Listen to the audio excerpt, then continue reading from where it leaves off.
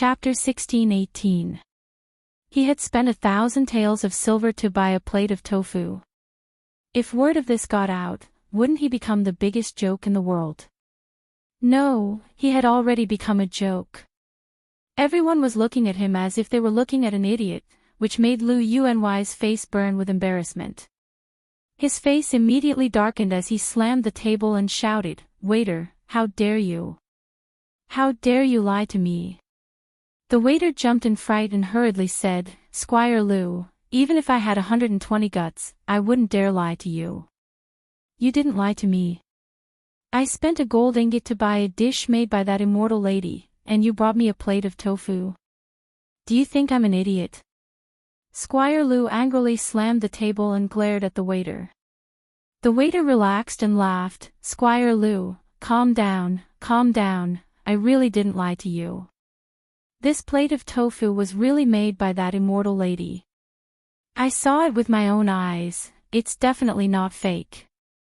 Smell this fragrance, although it's just a plate of tofu, I've never smelled such fragrant tofu in my entire life." As soon as he finished speaking, all the customers in the hall began to sniff. "Oh, it smells so good. This tofu smells so strange. If I didn't see it with my own eyes, I would have thought it was roasted deer tail or bear paw."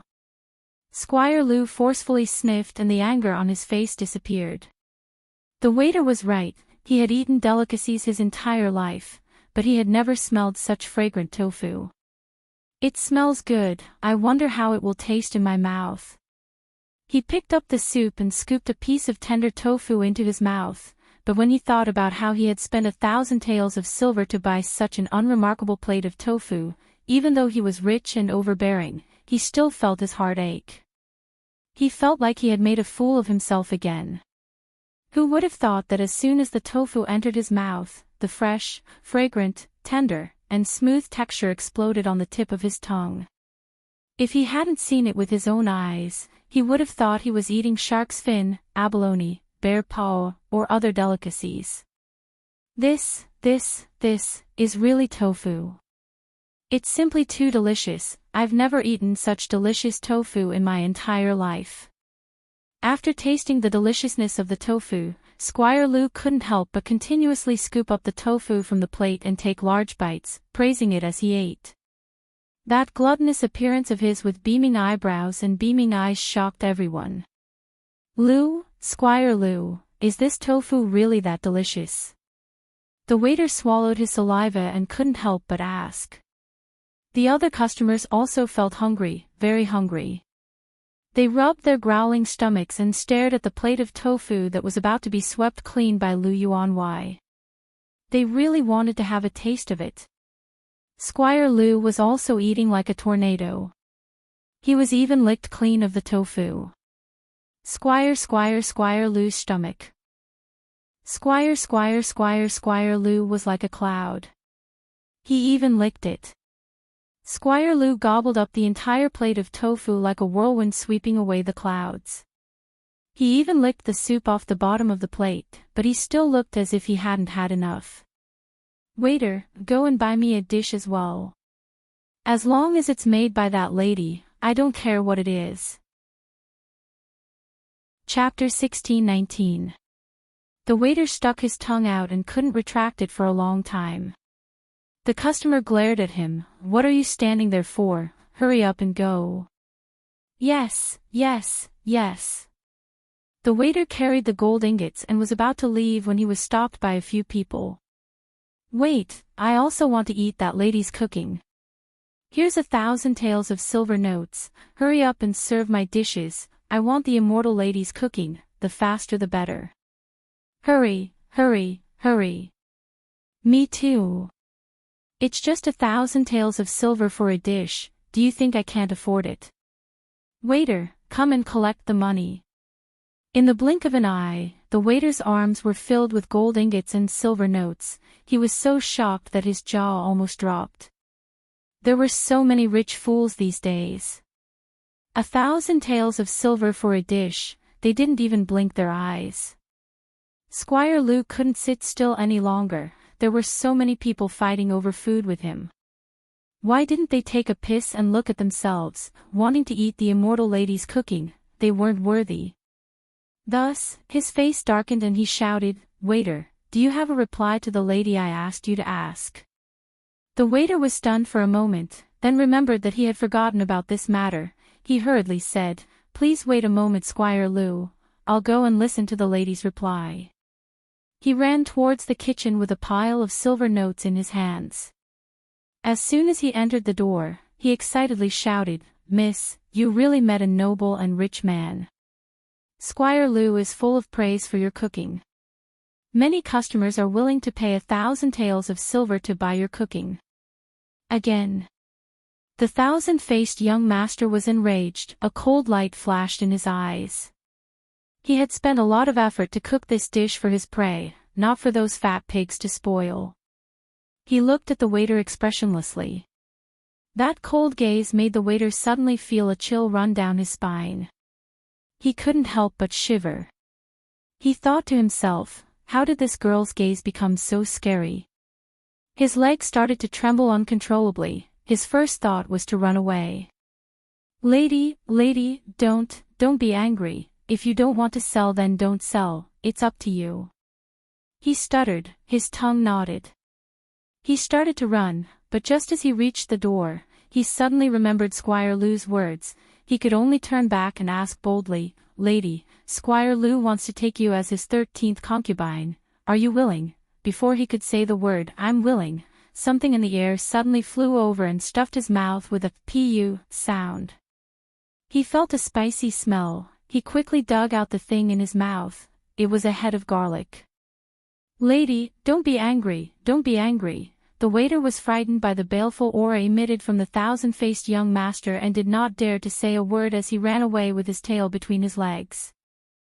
He came to the front hall and returned the ingots and silver notes to the customers, not daring to say that the immortal lady had suddenly become as scary as a demon. He only said that the lady was not willing to cook again. When the other customers heard this, they looked at Squire Lou with envy and jealousy, not understanding how this fat guy could be so lucky to be able to eat a dish made by the immortal lady. "Waiter, come here." Chapter 16:20. This. The waiter awkwardly looked at Lu Yuanwei as he stuttered. "What this and that, hurry up and say it. This official does not believe that this young lady has eyes but cannot see. She would rather be a poor country bumpkin than enjoy such a great life. Go tell her, this official is willing to." Lu Yuanwei's words came to an abrupt stop. He felt his eyelids suddenly jump, and then both of his eyelids began to wildly jump. He simply could not control it. The waiter could not help but take a step back as he looked at him in fear. "Lu Yuanwei, what's wrong? Your eyes, what's wrong?" It was not just his eyelids. Lu Yuanwei felt the muscles on his face begin to violently tremble. His loose skin was like a sieve. I. He opened his mouth and found that his tongue was not working, so it began to wildly jump in his mouth as well. He involuntarily stood up and raised his hands. Twisting his fat waist, he began to stagger around the hole. His fat appearance made him look like a fat duck. "Lu Yuanwei, what's wrong? Are you okay?" The waiter's eyes widened in shock as he looked at Lu Yuanwei with a stunned expression. Lu Yuanwei acted as if he did not hear anything. His eyes were dull as he struggled to shake his fat butt.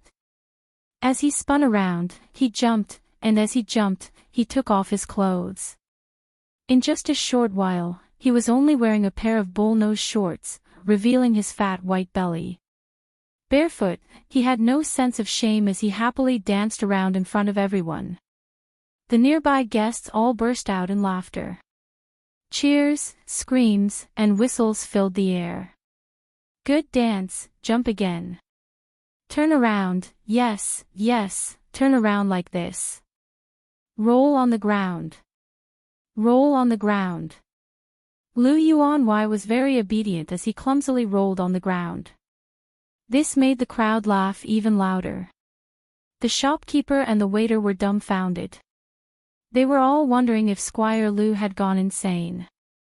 Otherwise, how could he suddenly become like this? Quickly help Lu Yuanwei to his room and then quickly find the best doctor in the city to take a look at Lu Yuanwei. The shopkeeper was afraid that things would get out of hand and quickly urged the waiter. Several waiters rushed forward and helped Lu Yuanwei, who was rolling on the ground, up. Lu Yuanwei, you're tired, go back to your room and rest. Squire Lu was still struggling with all his might. His mouth was shouting something, but no one could hear what he was shouting. The waiters used all their strength to subdue Lu Yuanwei and send him to his room. Only then did the farce come to an end. However, Lu Yuanwei was pressed down on the bed by several waiters, unable to move. His eyes were wide open, and he struggled with all his might. His eyeballs were about to pop out, and his eyes were bloodshot. He looked like a ferocious beast that was about to devour him. Lu Yuanwei, what's wrong?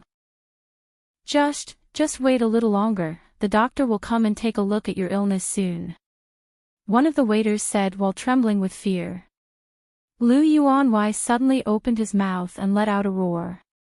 In an instant, he became extremely strong and broke free from the waiter's hands. He grabbed another waiter and opened his mouth, revealing his white teeth as he bit down on the waiter's ear. Ah! Chapter 1621. Crazy. Steward Lu has gone crazy. Everyone panicked and they all moved far away from Steward Lu. Lu Yuanwei jumped from the bed to the floor, hugged a table leg, and began to chew on it. Yummy, yummy, he mumbled as he nibbled. When everyone saw this scene, they were all scared stiff. Outside the window, the thousand-faced young master coldly looked away and left with an expressionless face. Humph, those who offend this young master will never have a good ending, he said hatefully in his heart. He held a tray in his hand and there were 4 dishes on it. The fragrance filled the air as he slowly walked towards Chen Ning's room. When he came to the door, he gently knocked on it twice.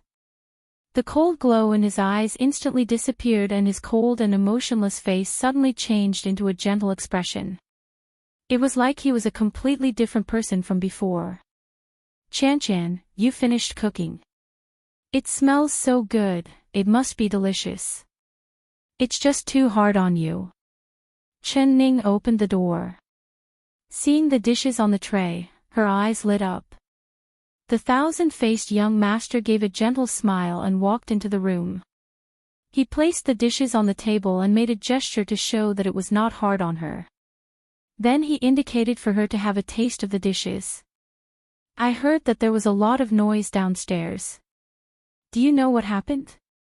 Chen Ning raised her chopsticks and prepared to eat. She suddenly looked up at Qian and asked. The thousand-faced young master nodded like nothing had happened. He took out the gold ingot from his chest and placed it on the table. He made a few gestures.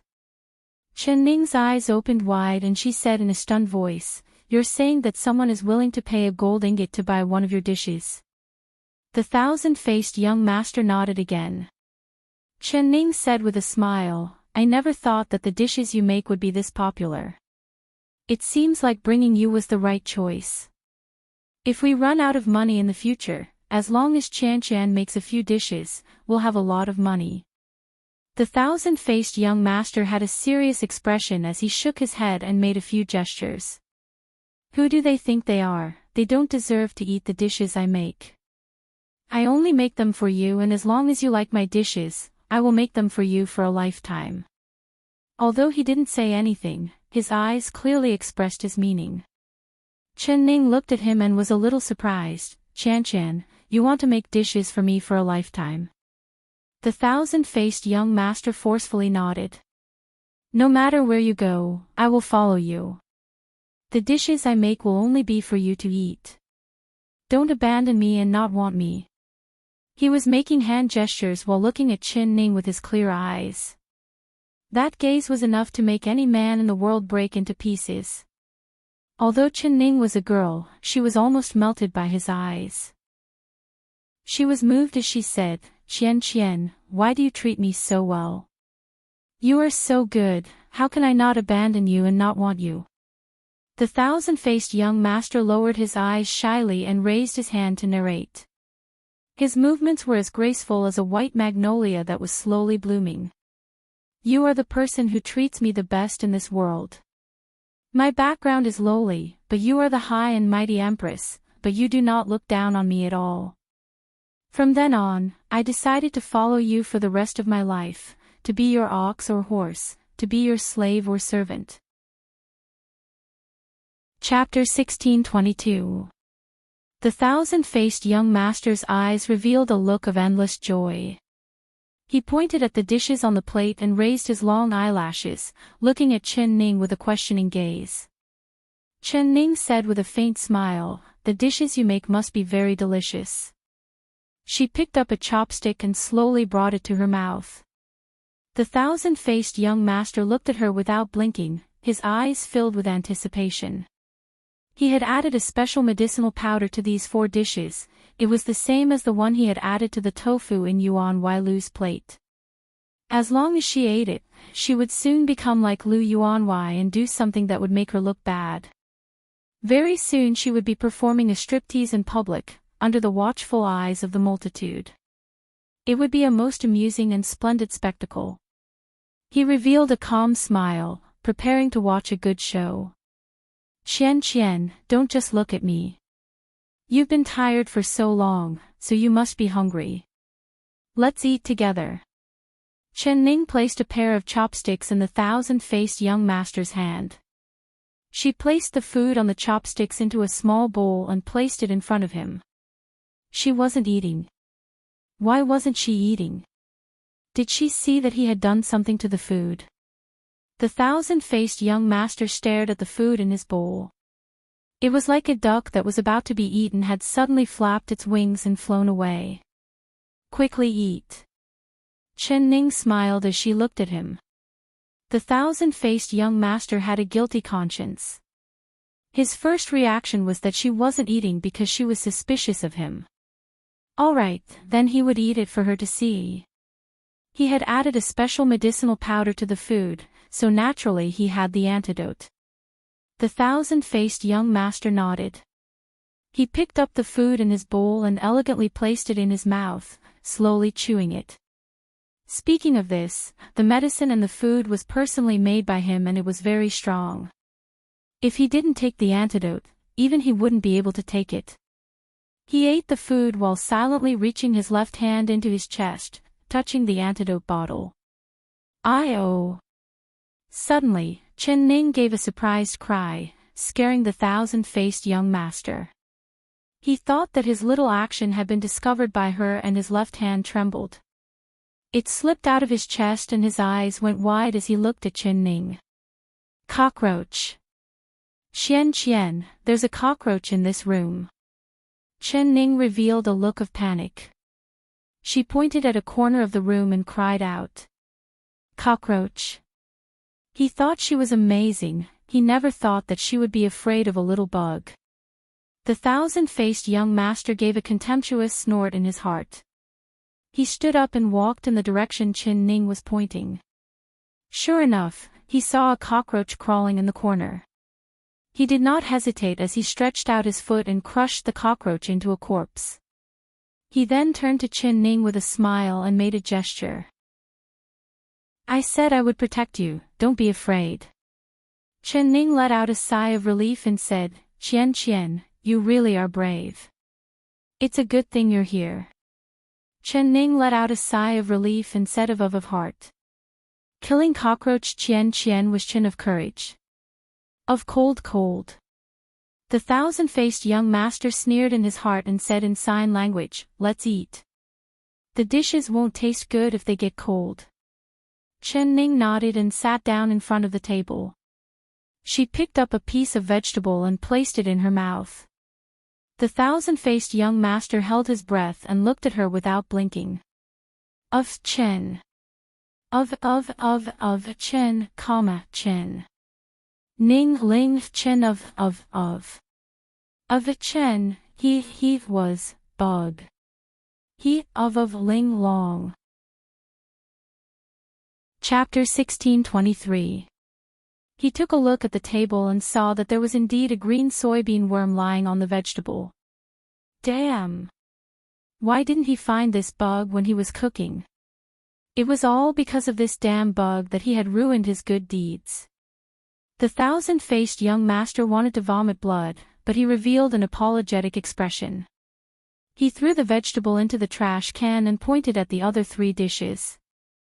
He gestured, indicating that these 3 dishes would not have bugs on them. All right. Chen Ning nodded and reached for the sweet and sour pork ribs with her chopsticks. The thousand-faced young master revealed a faint smile. He had added more powder to this sweet and sour pork than the other dishes.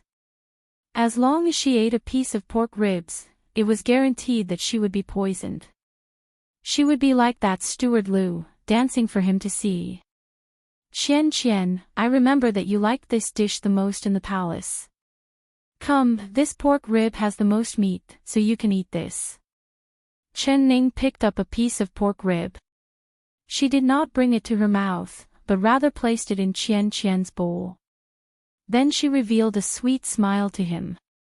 The thousand-faced young master almost spat it out. What was this girl trying to do? He had spent so much effort to make this dish, but she did not even eat a single bite. Alright, didn't she not trust him? If she suspected that he had done something to the dish, then he would eat it for her to see. He picked up the pork rib and placed it in his mouth to vent his anger. Qian, eat slowly. I know you're hungry, but a girl should be more refined when eating pork ribs. If a man saw you wolfing it down like this, he wouldn't dare marry you. Chen Ning smiled as she teased him. The thousand-faced young master's face turned red. This young master was a man. If any man had any ideas about this young master would send them off with a single slash. He finished the pork rib in 2 or 3 bites and wiped his hands. He personally picked up a piece of pork rib and placed it in front of Chen Ning, revealing a shy expression. I've been on the road all day, so I'm a bit tired.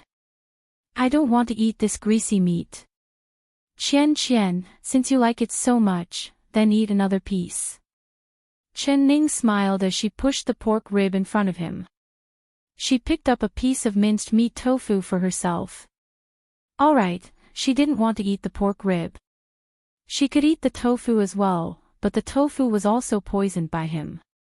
The thousand-faced young master gritted his teeth and picked up the rib to eat. He watched as Chen Ning ate the tofu and his heart filled with joy. This girl finally ate it. Qian, your tofu is really delicious. It's like stuffing shark fins into it. None of the chefs in the imperial kitchen can compare to you. Chen Ning really liked the minced meat tofu. She ate several pieces in one go and praised, the tofu is fresh and smooth, the soup is rich, and the taste is very delicious. It would be great if I could eat your tofu every day. The thousand-faced young master revealed a smile, a very happy smile. He said in a sign as he said it, as long as you like it, I can eat. Seeing you strip naked and dance in front of me every day, do you like it? This young master is looking forward to it. He gnawed on the ribs while looking at Chen Ning with an expectant gaze. She had eaten so many pieces of tofu, shouldn't the medicine take effect by now? When the medicine took effect, he would open the door and let all the guests come in to see the ugly appearance of their West Chu Empress. Chapter 1624. Ha, ha, ha, ha, ha. He thought he was laughing in his heart, but he found that this wild laughter actually came from his own mouth. In that instant, his eyes opened wide in shock as he looked at Chen Ning, who also had a shocked expression on her face. Qian, you can laugh. You're laughing out loud. Chen Ning stared at him and muttered in a voice filled with disbelief. Damn it. Why did I laugh out loud? The thousand-faced young master was even more shocked than Chen Ning.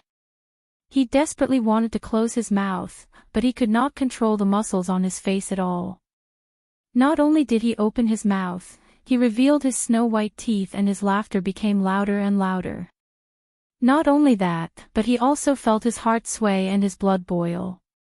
He just wanted to dance with joy. He threw away his chopsticks and slowly stood up. He raised his hands and swayed his waist, making all kinds of enchanting movements. He even gave Chen Ning a flirtatious look. Chen Ning was stunned seeing this. She said in a stunned voice, "Chan, what's wrong with you?" The thousand-faced young master acted like he did not hear anything.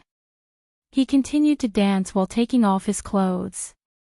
His right hand hooked onto his belt and threw it far away. He gave Chen Ning a charming smile.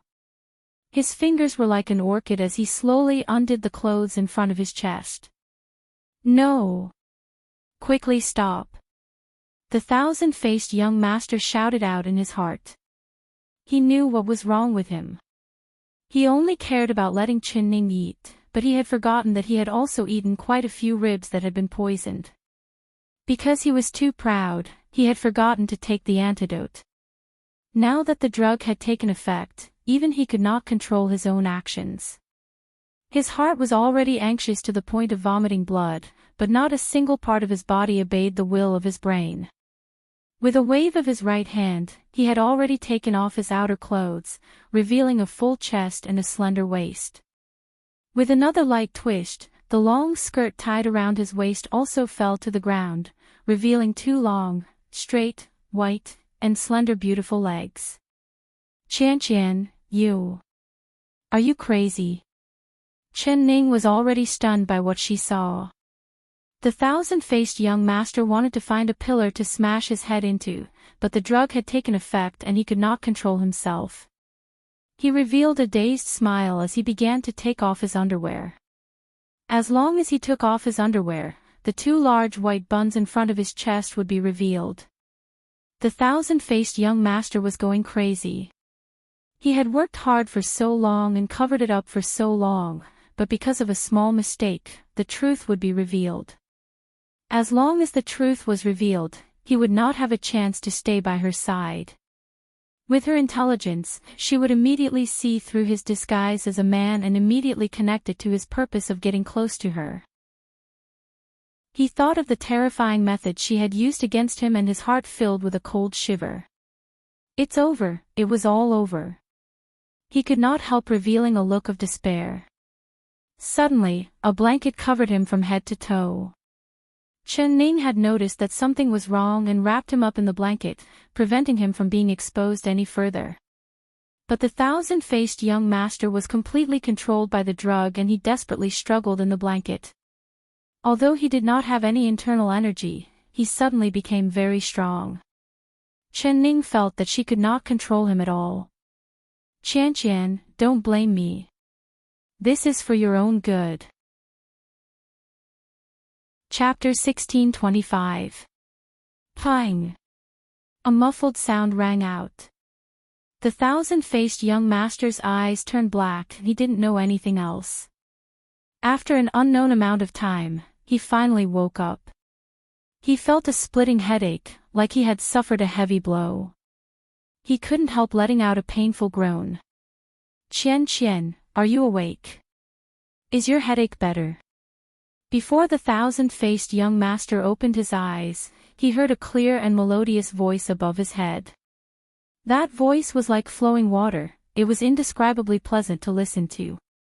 He subconsciously muttered, "Head. So painful." When the words came out, he didn't believe it was his own voice. It was rough and hoarse, just like the cry of a crow. "I'll apply some more medicine for you," the voice said. Very quickly, he felt a cool sensation on his forehead. A soft finger was gently applying the ointment. The movement was very gentle and the cool ointment had a faint sweet fragrance, smelling very good.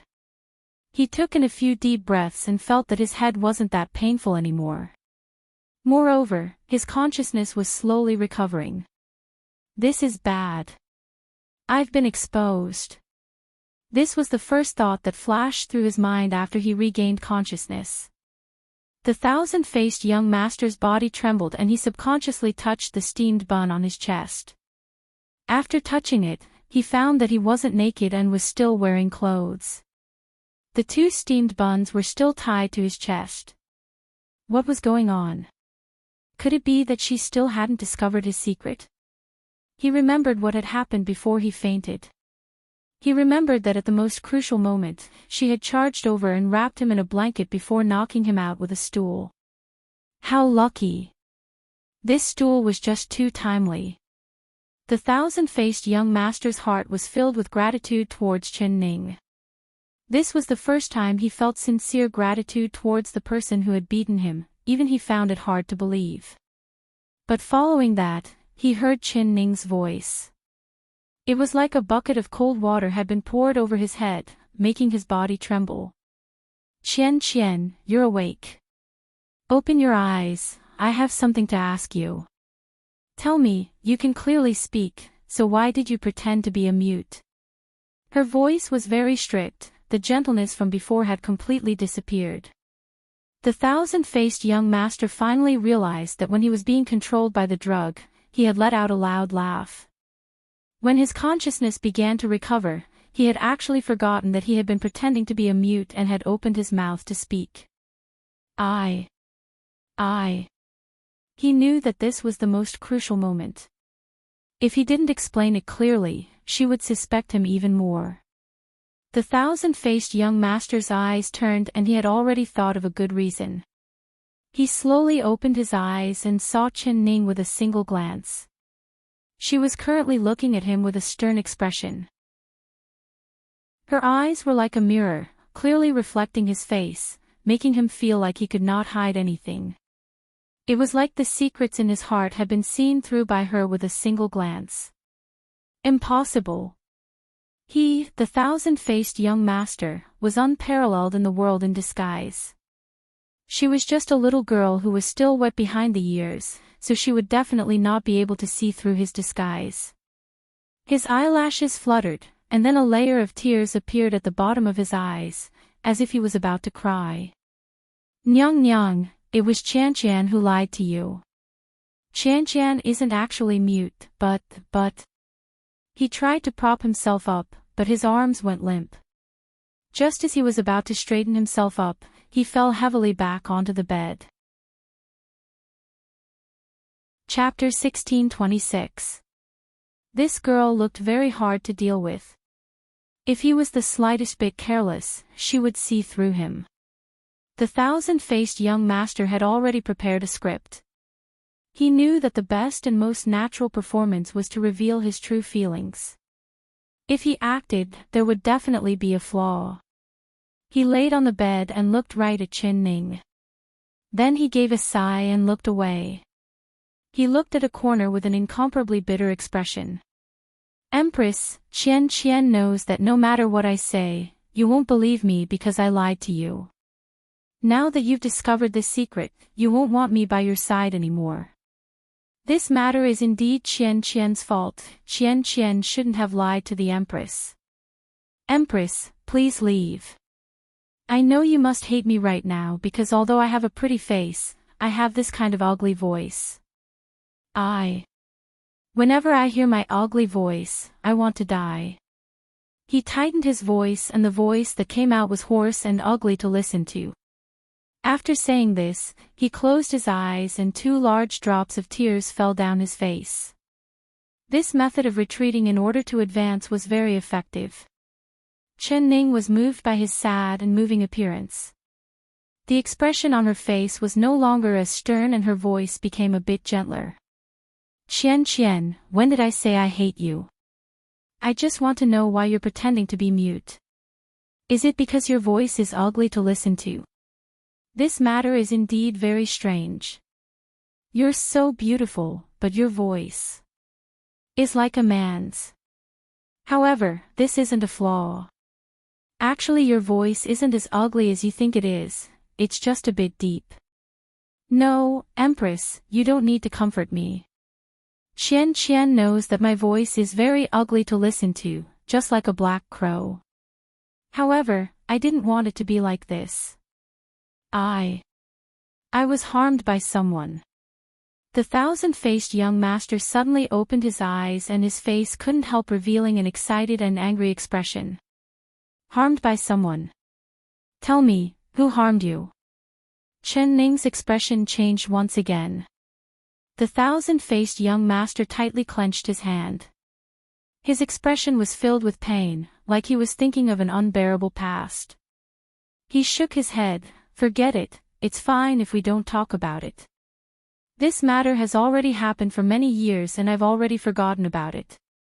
Qian, you've suffered in the past, right? If you're willing, you can tell me everything. Chen Ning sincerely said as if she had guessed something. Chapter 1627. When the thousand-faced young master said this, his throat choked up and he couldn't say anything else. Large drops of tears began to fall from the corner of his eyes. So it's like this. So you didn't want others to look at you strangely, so you pretended to be a mute, right? Chen Ning was suddenly enlightened. She looked at the thousand-faced young master with sympathy and gave a sigh before saying, Qian, I never thought that someone as beautiful as you would encounter this kind of tragedy. You must hate your sister, right? The thousand-faced young master said in a low voice, I don't know if I hate her or not, but from then on, I didn't dare trust anyone in this world. No matter who it was, I didn't dare trust them. I always felt that they treated me well, but in the blink of an eye, they would mercilessly hurt me, so I pretended to be a mute. I thought that as long as I didn't speak and they saw that I was a mute, they wouldn't harm me out of jealousy. Afterwards, when I entered the palace and met the Empress, I knew that the Empress truly treated me well. In this world, only you wouldn't harm me, you truly treated me well. Qian was only a lowly servant, other than cooking, you didn't look down on me because I was a mute. You let Xiao Ru take care of me like a sister, making new clothes for me and making new jewelry for me. Xiao Ru was your personal maid, but you treated Qian and Xiao Ru the same way. Although I was only in the palace for a few short days, I had never felt such warmth in my life. Empress, from that moment on, Qian made up my mind to follow you for the rest of my life. If you blame me for deceiving you and don't want me, then Qian will just die. He looked up and his eyes revealed a determined look. His voice was low and deep, but his tone was firm, without any hesitation at all. Chen Ning couldn't help saying, Qian, don't always say you want to die. When did I say I don't want you? Not to mention that you didn't deliberately deceive me, you have your own difficulties. She pondered for a bit. All right, since you're determined to follow me, then I'll tell you a few things. Do you know where I'm going this time? Of course he didn't know. The thousand-faced young master shook his head and said, no matter where the Empress goes, Qian will follow. Even if it's a dragon's lair or a tiger's lair, Qian will not regret it and will not retreat. You're half right. Although my destination isn't a dragon's lair or a tiger's lair, it isn't far off. My trip is very dangerous and I might not be able to come back. Even if it is like this, do you still want to go with me? The thousand-faced young master's heart turned cold. He thought of a place and blurted, Qian. Not bad, you're very smart, actually guessing it. Chen Ning revealed a faint smile. Even the thousand-faced young master, who had experienced countless dangers and would not easily change his expression, turned pale after hearing this. The lair. The Qian of the battlefield. On the battlefield, no matter how good a martial arts expert was, he would not be able to withstand the tidal wave of attacks from the army. The scene of tens of thousands of arrows being fired and the galloping horses appearing like clouds appeared in his mind like a nightmare.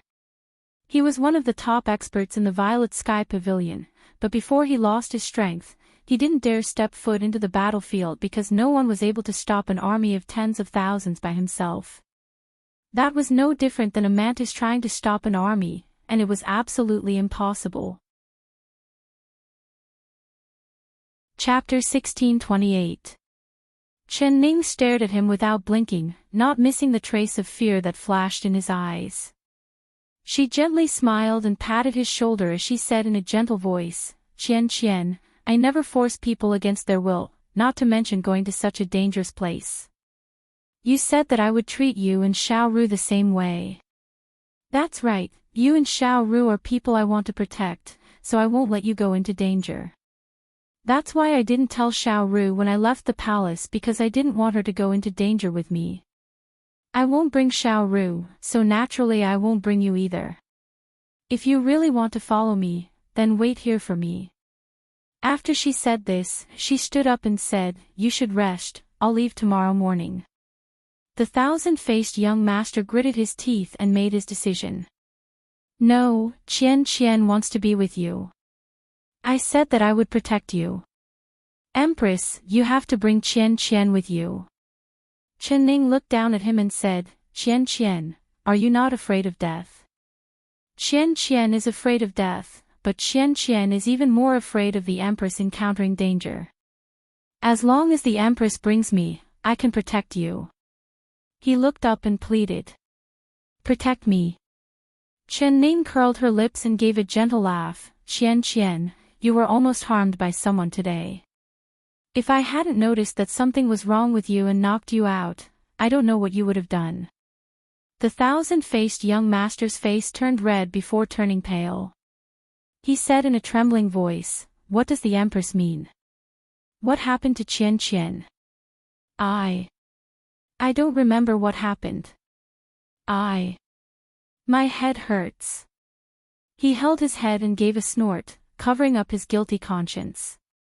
Chen Ning said, You were too careless, you didn't notice that someone had done something to the dishes you made. Those dishes were all drugged, and after eating them, you'll lose your mind and do some strange things. The thousand-faced young master said in a small voice, Qian must have done something shameful, right? It's a good thing I knocked you out in time, otherwise you would have taken off your clothes in front of me. Although we're both women, it's not good for you to be naked. Qian, you won't blame me, right? Chen Ning gave a gentle cough and asked in an apologetic voice. Of course Qian won't blame the Empress. If it wasn't for the Empress saving me, I wouldn't have the face to see anyone. The thousand-faced young master covered his face with his hands and revealed an ashamed look. His actions were not acting, but rather coming from the bottom of his heart. It was a good thing she had knocked him out with a chair, otherwise the consequences would be unimaginable. Qian, think about it carefully. Who did you offend? Why did they drug your dishes? When the thousand-faced young master heard this, he secretly felt lucky. So it turned out that this sly girl actually didn't suspect him. She thought it was someone else who drugged her. Qian. Chapter 1629. The thousand-faced young master's framing was flawless because the shopkeeper had indeed been sneaking glances at him. That pair of lecherous eyes made him want to dig them out, so he didn't feel any guilt at all. You're talking about that shopkeeper? Woo, that's possible. Ever since you entered the door, his sneaky eyes have been staring at you. One look and you can tell he's an old pervert. This might be a shady inn, so let's quickly leave this place. Chen Ning agreed with the thousand-faced young master's words. The thousand-faced young master was even more eager to leave this shameful place. Concubine, that shopkeeper is actually a shady inn. Why don't we burn it down? He suggested.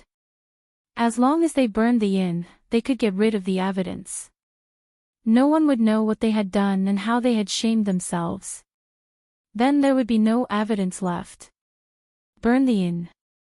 Chen Ning looked at him in shock. That's right. Chen Ning frowned and looked at him with a disapproving gaze. If we burn the inn, what about the customers in the inn? Even if that shopkeeper has evil intentions, he doesn't deserve death. Not to mention that the customers in the inn aren't bad people, they're all innocent. Qian, how could you have such a vicious thought? The thousand-faced young master had a stomach full of disapproval. He thought that there was nothing vicious about it. What was the big deal about setting a fire to kill someone? Thinking about the assassins of his Purple Heaven Pavilion, which one of their hands wasn't stained with blood? In order to eliminate their target, let alone setting a fire to an inn, even if they had to kill the entire city, they wouldn't even blink. But when he saw Chen Ning's expression, he immediately lowered his head and said in shame, "It was Qian who said the wrong thing." Qian only felt that the shopkeeper actually dared to poison the concubine's food. Luckily the concubine is fine. If the concubine was poisoned this time, then Qian would definitely not let him go. Chen Ning said with a serious expression, Qian, since you've decided to follow me, then we have to make a promise. You're by my side, you can't have any killing intent. If you hurt an innocent person, I don't want you to follow me anymore. Do you hear me? The thousand-faced young master's eyes went wide. Not even a single person. This girl was really funny. She actually asked the Purple Heaven Pavilion's assassin not to kill. It was like telling a wolf not to eat sheep. He raised his hand and solemnly swore an oath. But in his stomach, he was secretly laughing. This vow was only used to deceive this stinky girl in front of him. It could not be taken seriously at all. He kept saying Qian and never mentioned the word I. Obviously, he did not have the slightest bit of sincerity. But he was sure that the stinky girl would not be able to tell. Sure enough, seeing him swear this oath, Chen Ning's expression relaxed. Chapter 1630. The thousand-faced young master didn't care about her words, but he revealed a humble expression as he nodded. Qian understands. Chen Ning then said, not to mention whether it was the shopkeeper who poisoned you or not, that is only our guess and we haven't seen it with our own eyes. If it wasn't him who poisoned you and you still set the store on fire, you will only harm many innocent people. Once this fire starts, it is very likely that the nearby citizens will be affected as well. Before you do anything, you have to think about the consequences. The thousand-faced young master nodded and said in an ashamed voice, Qian is stupid, luckily the Empress has reminded me. Qian won't dare do it again. Chen Ning revealed a faint smile at him. All right, you might not understand these things right now, but I'm doing this for your own good. I hope you don't do anything wrong. If you do something wrong, you might take one wrong step and every step will be wrong. It will be hard for you to walk the right path in the future. Also, don't call me Empress in the future. Then how should Qian address you? Chen Ning thought about it and said, how about this, when there are people around, you can call me Big Brother. When it's just the two of us, you can call me Elder Sister. I treat Xiao Ru like my own little sister, so in my heart, you are also my little sister. Elder Sister. The corner of the thousand-faced young master's eyes twitched, feeling like he had been struck by lightning. He looked at Chen Ning's delicate and tender face. It was so tender that water could be squeezed out. This girl shouldn't even be 18 years old this year and he was older than her by 5-6 years, but she wanted him to call her elder sister. That's right, Qian, are you not willing to recognize me as your elder sister? Chen Ning looked at him and said. In her heart, she felt that she was older and more mature than Qian. It had to be known that she was a spirit that had crossed over in her original age and the age of this body added together. She was still older than Qian. Not letting her call her auntie was already a sign that she was afraid of calling her old. The thousand-faced young master gritted his teeth. All right, elder sister is elder sister. When this elder sister falls into his hands, he will let this elder sister know just how powerful this younger sister is. However, when the words reached his mouth, he couldn't open his mouth. His face turned as red as a piece of cloth. The thousand-faced young master's eyes turned and immediately thought of a good reason. Empress, it's not that Qian doesn't want to recognize elder sister, but Qian Qian had an elder sister when Qian Qian was young, and it was her that made Qian Qian's voice become like this. She is the person Qian Qian trusted the most, but she harmed Qian's life. This reason was so flawless that even he secretly applauded his own quick-wittedness. When Chenning heard this, she said in an apologetic voice, "It's all my fault, I didn't think of this." "And then don't call me elder sister. How should I call you?" "Qt Qianri." Qian was proud in his heart, but he asked a question that puzzled him. "Nyang Nyang, there is one thing that Qian doesn't understand. That dish was drugged, and after eating it, Qian lost control and did all sorts of shameful things. However, Nyang Nyang also ate quite a bit of that dish, so why are you fine?" Chapter 1631. The thousand-faced young master revealed a surprised expression. "Why is that? Could it be that your highness has a special physique and is immune to all poisons?" Chen Ning shook her head. "It's not that my physique is special, but I am indeed immune to all poisons. You've been in the palace for a few days, you should have heard that I have a good master, right? It's the #1 divine doctor in the world, Gu Qingze." The thousand-faced young master blurted out. He had indeed heard of it and was secretly angry at the time. He didn't know that this stinky girl's luck was so good that she could gain the favor of the #1 divine doctor and become his disciple. "That's right, it's him. My master's skills are very great. Not only is his medical skills unparalleled in the world, even his ability to make medicine is something no one can compare to. Qian, since I treat you as one of us, I'll tell you a secret today." "What secret?" The thousand-faced young master's heart began to beat faster. "My master gave me an elixir called the Spirit Rhinoceros Pill. After taking this pill, I will be immune to all poisons, so the medicine in the dish has no effect on me at all. Even if someone uses a poison knife or a poison sword to hurt me, I won't be afraid." Chen Ning revealed a faint smile and her voice was filled with gratitude towards Gu Qingze. "Bastard! Damn! So it was like this." The thousand-faced young master who knew the truth was so depressed that he wanted to kill himself. If he knew that this girl was immune to all poisons, he wouldn't have done something as stupid as putting medicine in the dish. In the end, not only did he not harm the enemy, he had almost exposed himself. Spirit Rhinoceros Pill. I never thought that there would be such a good thing in the world. Qian really envies your highness' luck to have such a good master. The thousand-faced young master wanted to spit out blood in his heart, but he had to pretend to be happy on his face. But no matter how he tried to hide it, there was still a flash of hatred in his eyes. It was a good thing Chen Ning did not notice it. She looked out the window and softly said, "My master is very good, but it's a pity that my disciple hasn't learned anything from him. I haven't done what I promised him. Thinking about it, I'm really ashamed of the kindness my master has shown me. Your highness has such a wise master and this smart, you will definitely surpass your master in the future. Qian really envies your highness. If Qian had this kind of luck, it would be great.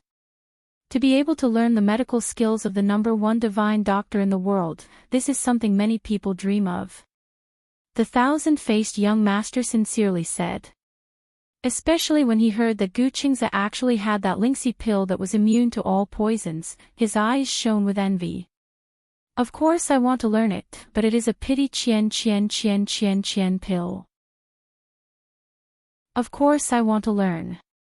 It's a pity that Qian doesn't have the fortune to have such a good master." The thousand-faced young master sighed as the light in his eyes dimmed. Master learning, not medicine, but he didn't want to learn. Qian skills. Ian Qian Qi, is Qi. If you want to learn, If you want to learn, I can teach you a thing or two. Chen Ning said with a smile, "Although I only know a little about medicine, I have read quite a few medical books. If you really want to, we can compare notes. Qian, actually studying medicine is good for people. It can help you digest the hostility in your heart and give you a compassionate heart, so you won't want to kill people so easily in the future. Chapter 1633. Ant. The thousand-faced young master suddenly felt like he had shot himself in the foot. He wanted to cry but had no tears. If he really called her aunt, wouldn't he be a generation lower than her? If he knew it would be like this, he would have agreed to call her elder sister. Qian, you're not willing. I'm willing, Qian is willing. Then Qian will call you aunt from now on. The thousand-faced young master almost squeezed out the word aunt through his teeth, but he had no choice but to pretend to be overjoyed. Qian has never had anyone to love her since she was young. Now that I have an aunt, I'm very happy. He said insincerely. He didn't care about an aunt at all. She was simply his ancestor. His nemesis. Alright, then in the future, you can call me Big Brother in front of others. When it's just the two of us, you can call me aunt. Don't always call me aunt, it'll be revealed sooner or later.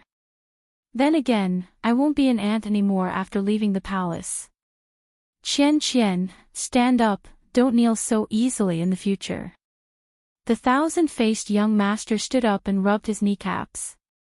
His heart was filled with bad luck.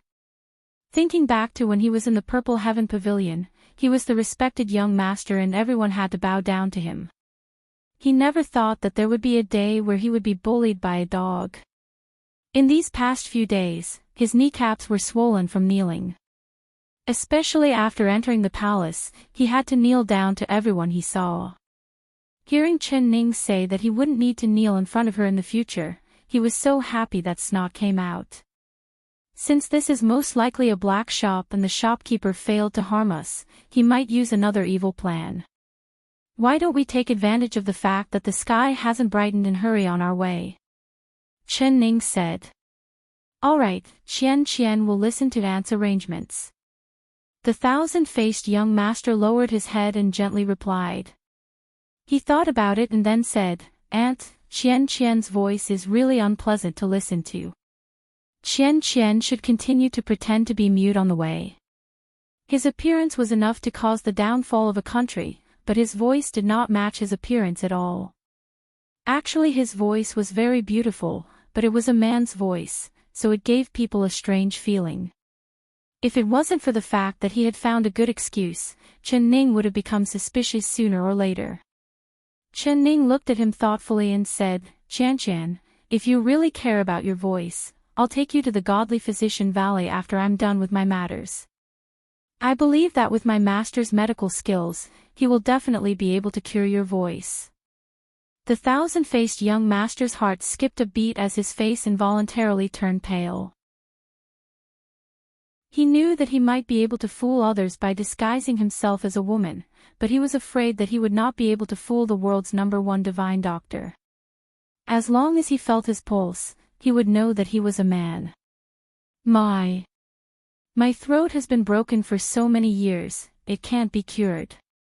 It's better not to trouble the godly doctor. Moreover, Qian heard that it's very difficult to invite the godly doctor to personally treat the illness. Qian is so lowly, I'm afraid you don't have such luck. He racked his brain to think of a reason to refuse. You're really talking nonsense. If I bring you there, are you still worried that my master won't treat you? Then it's settled. If we can come back alive from the battlefield, I will definitely have my master cure your throat. Chen Ning clapped her hands and said with confidence. Battlefield? Aunt, are we really going to the battlefield? Chapter 1634. When he had not lost his martial arts, he had almost lost his life on the battlefield. Now that he had lost his martial arts and she was a weak girl who did not know martial arts, if the two of them went to the battlefield, if it wasn't sending themselves to their deaths, then what was it? No matter how he thought about it, he couldn't understand whether this girl was stupid or not. She didn't want to be the Empress and didn't want to enjoy the glory and splendor of the palace. She actually wanted to go to the front lines to suffer. Was she tired of living? If she was tired of living, then he wasn't tired of living. He didn't want to die with her. I really have to go. I have to go. Chen Ning forcefully nodded and said, it's still the same words. If you don't want to go, then stay here and wait for me. The thousand-faced young master was helpless. He could only clench his teeth and say, Qian swears to follow Aunt until death. He thought that no matter what, he had to complete his revenge plan before they met the South Yu army. Time was tight, he could not waste any more time. This lass was immune to all poisons, so his plan of poisoning her was obviously not going to work. He had to think of another way to do it. All right, then let's go. Pack your luggage, I'll wait for you downstairs. After Chen Ning said this, she went to her room and took her luggage. She went downstairs to take their horses and waited at the entrance of the inn. Not long after, Qian also came downstairs with a small bag on his back. The two of them jumped onto their horses and before the sky was bright, they left the small city and headed south. After a while, the thousand-faced young master took out an oiled paper bag from his bag and gave it to Chen Ning. Aunt, this is the dessert I made yesterday. You can eat it first. Chen Ning smiled as she took it and said, you're still the most attentive, being so thoughtful. I was in a rush to leave and forgot to bring my rations. She opened the oiled paper bag and placed a piece of dessert into her mouth. She praised, I never thought that after leaving the palace, I would be able to eat desserts that are even better than the ones made by the chefs in the palace. Qian, your cooking is this good, it seems like I'll have good food on the way. Since Aunt likes it, Qian is very happy. The thousand-faced young master lowered his head in embarrassment, but his eyes revealed a proud look. When he was handing over the dessert, he had secretly sprinkled some catnip powder on Chen Ning's sleeves, but the other side did not notice at all. Since he knew that she was immune to poison, he did not poison her and only sprinkled in a bit of mustard powder. He was still not willing to give up. Immune to poison. However, the bramble mustard powder and catnip weren't poisons, but their combined power was more terrifying than most poisons. He had personally suffered from these two poisons, and the experience that night was as terrible as a nightmare to him. The stray cats that came after smelling him almost dug out his eyes and almost turned him into a delicious meal in their stomachs. It wouldn't be long before the woman in front of him would taste the fear he had tasted at night and the taste of being treated as a meal by a stray cat. That was very interesting, very interesting. Chen Ning did not notice the tricks the thousand-faced young master was playing at all. She ate 2 desserts with relish and then gave the oil paper to the thousand-faced young master. Qian, you should eat a few to fill your stomach. We still have half a day's journey to the next town. You won't be able to last until then if you don't eat. The thousand-faced young master was afraid of raising her suspicions, so he thought that the mustard powder alone would not have any effect. As long as he did not touch the catnip, the wild cats would not attack him. Chapter 1635. Achoo! Achoo! Chen Ning sneezed twice. She rubbed her nose and knit her brows as she said, that's not right. The thousand-faced young master couldn't help looking up at her, what's wrong? Chen Ning forcefully sniffed and her nose knit even tighter, I think I smell cat mint. Cat what? The thousand-faced young master was shocked and stuttered. This is bad, how did she notice it? This cat mint smell only had a faint peppermint smell. If one didn't have a very sensitive sense of smell, they wouldn't be able to notice it. How could this girl's nose be as sensitive as a cat's or a dog's? Chen Ning said, cat mint, it is a plant that attracts cats and cats love its smell. Adding in the fact that cats have a very sensitive sense of smell, they can smell it from far away. If you add in bramble mustard powder, then the cats will go crazy. That's right, it's the smell of cat mint. I've smelled it once, so it can't be wrong. Strange, why do I have the smell of cat mint on me? Didn't I just change into these clothes when I left the inn? She suspiciously looked at the thousand-faced young master. The thousand-faced young master's heart almost jumped out of his chest. He looked away with a guilty conscience, not daring to look at her. At the same time, he couldn't help grabbing onto the reins, preparing to beat the horse into a wild gallop. Although she didn't know martial arts, he had fallen to her hands again and again. This girl's body was filled with treasures. The first time, he had fallen to her silent hidden weapons. He didn't even see her raise her hand, but a large cluster of poisonous needles had stung him like bees. Even with his skills, he couldn't dodge it and was instantly stung into a hornet's nest. The second time, she had a strange thing in her hand. It wasn't big, but it was not weak at all. It made him lose his sense of direction and he completely lost the ability to resist. He had also been fed a bone-transforming pill by this girl, losing the cultivation he had painstakingly cultivated for over 20 years. Adding in the fact that he had heard from the Zhao Rong princess, she had won an impenetrable snow silk robe from the princess. At that time, his eyes were filled with jealousy and envy. Now that he had lost his cultivation, he could only secretly make a move. If it was an open fight, he would definitely not be this girl's opponent. As long as she took out that flaming concealed weapon, it would immediately explode his 3 souls and 7 spirits. He didn't want to experience that kind of frightening feeling a second time. His nerves were completely tense. As long as Chen Ning said that he was the one who poisoned her, he would immediately beat his horse and quickly escape from this girl's side. Qian, do you think the innkeeper snuck into my room and sprinkled catnip on my clothes while I was taking care of you in your room? Qian. The thousand-faced young master was stunned for a moment. Following that, his heart that was hanging in his throat relaxed as a relaxed smile appeared on his face. Yes, that must be it. That innkeeper clearly failed with his first plan, so he tried a second one.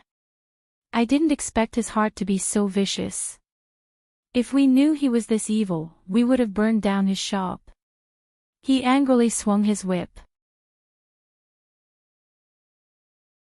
Chapter 1636. The thousand-faced young master's heart wanted to vomit blood, but he revealed a concerned expression. Aunt, you have to be careful. Chen Ning nodded and took out a set of men's clothes from her bag. She sniffed it and then said in a relieved voice, "It's good, this set of clothes isn't covered in catnip powder. It seems like that person only sprinkled catnip powder on the top piece of clothing in a hurry." She jumped off the horse and looked around. Then she said to the thousand-faced young master, Qian, you have to be careful too. This forest is dense and there might be bandits around. The thousand-faced young master gave a cold laugh in his heart. He was thinking what kind of person this young master was, why would he be afraid of bandits?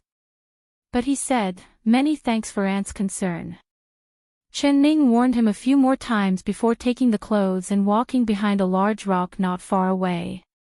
The thousand-faced young master watched as her figure disappeared behind the rock. He secretly thought that it would be best if a poisonous snake bit her while she was changing clothes. Damn, this girl was immune to 100 poisons, she would be fine even if she was bitten by a poisonous snake. Now that she had seen through the catnip powder, what method should he use to deal with her? Ga. He was thinking about this when he suddenly heard the cries of crows in the air. When he looked up, he saw a group of crows flapping their wings as they flew over his head. How unlucky, I actually let the crows fly over my head. It's like a dark cloud covering my head. The thousand-faced young master spat on the ground. Suddenly, there was a whistling sound as a whistling arrow flew into the air, letting out an ear-piercing whistling sound. It can't be. Could it really be that girl's crow's mouth was right and we met bandits? The thousand-faced young master was very experienced. He knew that this whistling arrow was a signal from the bandits before they appeared. As expected, after the whistling arrow sounded, several dozen large men came out of the forest. They had a rough cloth covering their heads and were wearing blue clothes and blue pants. They held weapons in their hands as they surrounded him. The thousand-faced young master sat on his horse and coldly looked down, not making a sound. If he still had his cultivation, these several dozen bandits would not be in his eyes at all, but now, damn, what he was afraid of really came. Why didn't these bandits come earlier or later? They just had to come after that girl left. Otherwise the one who would be having a headache right now wouldn't be him. Ha, ha, ha, my luck today is not bad. I went down the mountain to hunt and actually met a delicate little beauty. Just when the thousand-faced young master was thinking of a way to escape, a tall and sturdy man with wide shoulders and a round waist walked out from the crowd. When he saw the thousand-faced young master, his eyes opened wide like a leopard's and he couldn't help but drool from the corners of his mouth. Not only him, the dozens of burly men around him all stared at the thousand-faced young master without blinking. Everyone was stunned by his beauty. Although he was wearing a cotton dress with thorns and hairpins, the coarse clothes did not diminish his beauty in the slightest. He was like an unpolished beauty painting, causing the bandits to stare blankly at him. Ah, miss, it is fate that brought us together. Today, I, Big Brother Shaw, am able to meet Mississippi. It is the fortune of 3 lifetimes. I wonder if Miss is betrothed. Why don't you marry me, Boss Shaw, and become my wife? Chapter 1637. Tisk, tsk, tsk. Look at your little hand, so white and tender. Even Boss Shaw's heart is thumping. Little beauty, what's your name? Just as his fan-like hand was about to touch the back of the thousand-faced young master's hand, the thousand-faced young master suddenly retracted his hand. That Boss Shaw touched nothing but air. However, he was not annoyed and touched the thousand-faced young master's feet. Little beauty is beautiful, your feet are beautiful too. I couldn't tell, but the beauty's feet are actually quite big. However, I heard that women with big feet will give birth. Ha, ha, ha, little beauty, marry this fort master. Tomorrow, give birth to a white and chubby son for this fort master. How about that? He unscrupulously touched the thousand-faced young master's feet and smiled until his eyes were squinted into a line. He had clearly treated the thousand-faced young master as a prey in his net. Even if he had wings, he would not be able to escape from his palm. Scram! The thousand-faced young master was so angry that his face flushed red. He pulled his feet out forcefully and kicked that Boss Shaw's right cheek. The strength of this kick was indeed not small. Ouch! Boss Shaw cried out in pain and rubbed his cheek. He glanced sideways at the thousand-faced young master but was not annoyed. He continued to smile lecherously and said, I couldn't tell that the little beauty's strength is not small. However, I, Boss Shaw, like it. This kind of beauty will be exciting in bed. She's much stronger than those weak women. Ha, ha, little beauty, you have to obey me whether you want to or not. His right hand reached out and grabbed the thousand-faced young master's ankle. With a tug, he immediately pulled the thousand-faced young master down from the horse. If the thousand-faced young master still had his skills, even 10 Boss Shaw would not be his match. How could this tug force pull him down from the horse? However, he clearly wanted to dodge, but he did not have the strength to do so. He fell on his back and heavily fell to the ground. Before he could even take 2 breaths, Boss Shaw pounced on him like a tiger pouncing on a sheep. That strong and heavy body was like a large sandbag pressing down on him. Little beauty, I, Boss Shaw, am not a lustful person. If it was normal times, I would treat you well and not do anything to you in broad daylight, but you are just too beautiful. My heart is about to jump out from looking at you. I can't hold it back. Come, let me kiss your little mouth first. Boss Shaw said this while pouting like a pig as he kissed the thousand-faced young master's lips. The thousand-faced young master was filled with anger as he tried to kiss the thousand-faced young master. His heart was filled with so much hatred that he wanted to vomit blood. He just wanted to dismember this stupid pig in front of him into 1,000 pieces. Let me go, let me go. Although he struggled, he only had the strength of a normal person. How could he be a match for Boss Shaw? Helplessly, he could only shout for help, thinking that that stinky girl Chin Ning was nearby. Once she heard his shout, she would definitely come to save him. Chapter 1638. Boss Shaw laughed proudly and arrogantly. As he laughed, he pinched the thousand-faced young master's waist and thighs a few times. This small waist, this calf, tsk, it's really tender. Even I, old Shaw, can't bear to be heavy-handed. The thousand-faced young master was so ashamed that he wanted to die. He finally pulled out his hand and swung it heavily at Boss Shaw's lecherous face. Bastard, get lost. This was a humiliation that he had never encountered in his life. He never dreamed that one day, he, the young master of the Purple Cloud Pavilion, would be teased by a man. He was even touched and taken advantage of. Little beauty, don't resist. Just obediently listen to me, Boss Shaw. Boss Shaw effortlessly grabbed the thousand-faced young master's hand and pinched it a few times. He even kissed it and beamed with joy. At this time, the bandits who were watching the show surrounded the two. Dozens of greedy eyes swept over the thousand-faced young master's face and body. They were filled with envy and jealousy. Boss Shaw, such a beauty, don't waste time. Quickly enjoy her. Our brothers are still anxious to drink some soup. Yes, yes. Our brothers have worked hard for so long. We're already tired of seeing those old and ugly women on the mountain. It's rare to see a beauty like a fairy. This is a gift from God to us. Boss eats the meat. Us brothers drink the soup. Boss, hurry up. The bandits pulled their rough throats and let out wild laughter. At the same time, they looked at the two as if they were watching a show. Bastard brats, what are you in a hurry for? Such a beauty, Boss Shaw, have to enjoy it. You want to drink soup? Wait until I, old Shaw, have played enough. Boss Shaw laughed loudly and waved his hand at the same time. Turn around. Don't watch the boss do things. The bandits roared with laughter. It's not the first time we've seen the boss do things. Let us brothers see. Such a beautiful little beauty, her expression will definitely be very moving.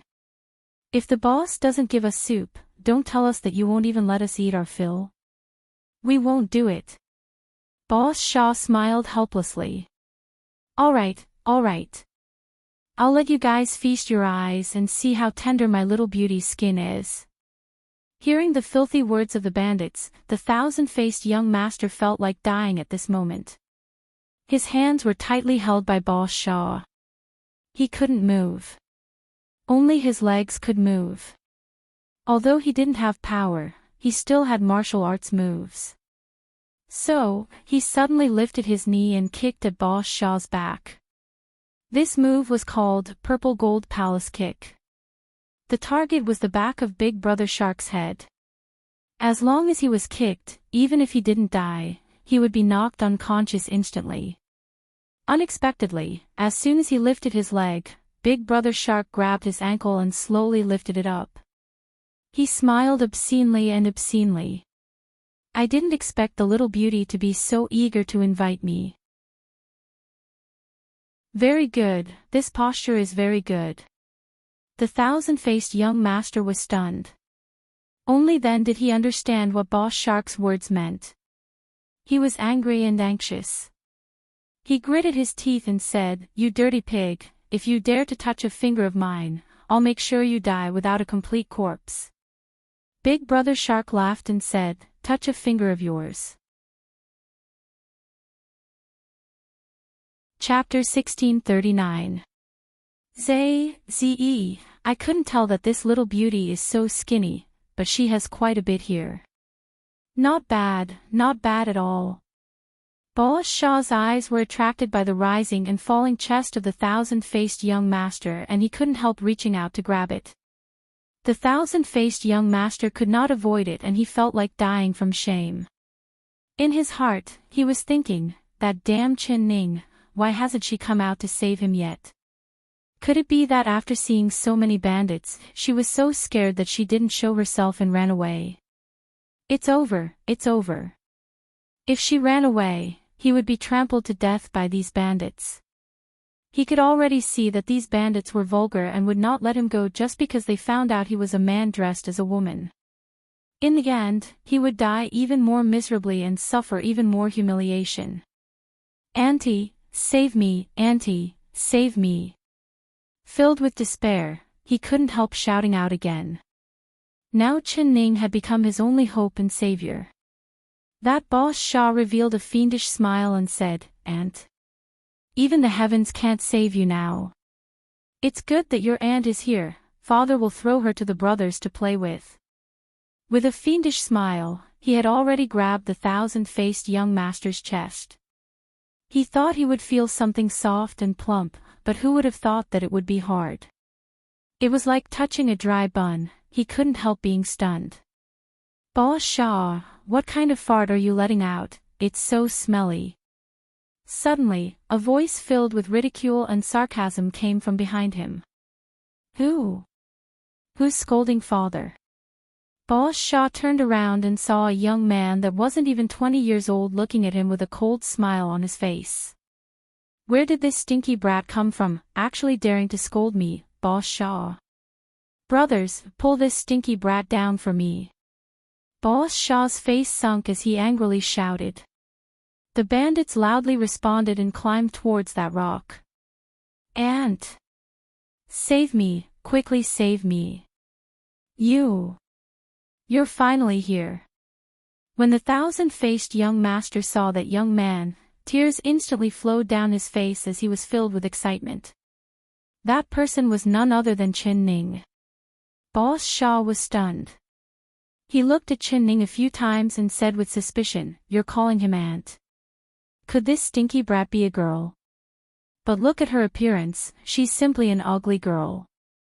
How could she be worthy of being your aunt? Ugly, but she's enough to quench my brother's thirst. Chin Ning was wearing a human skin mask and she had no expression on her face. Hearing Boss Shaw's filthy words, she did not seem angry at all. Boss Shaw, let her go or I'll take your life. She softly said.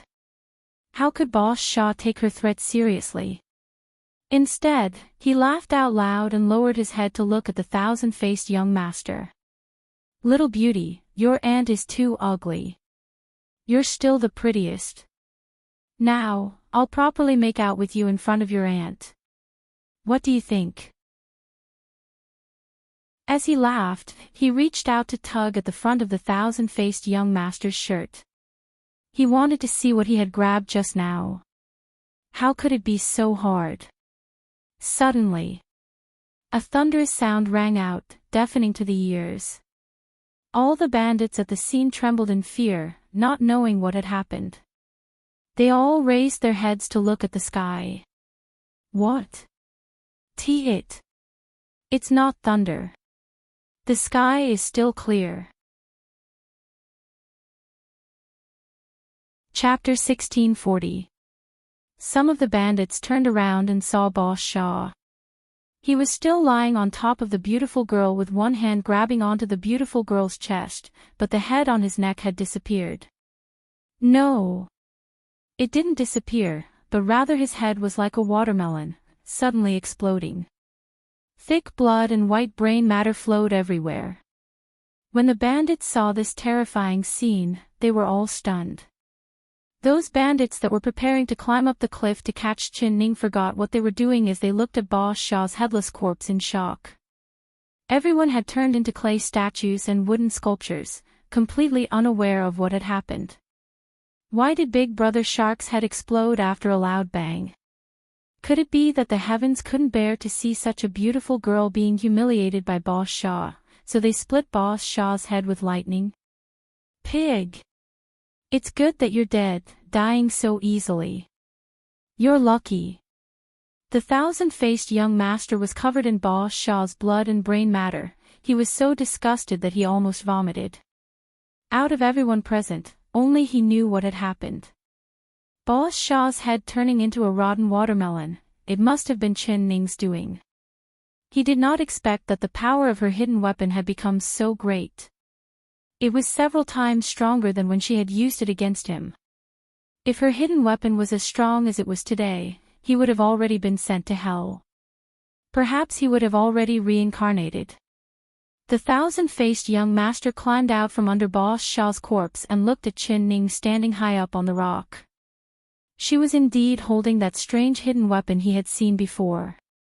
He swept his eyes around and saw at least 20 to 30 bandits climbing up the cliff, preparing to climb up to catch Chin Ning. Instantly, a bad idea came to mind. Although that hidden weapon was strong, it could only be used one at a time.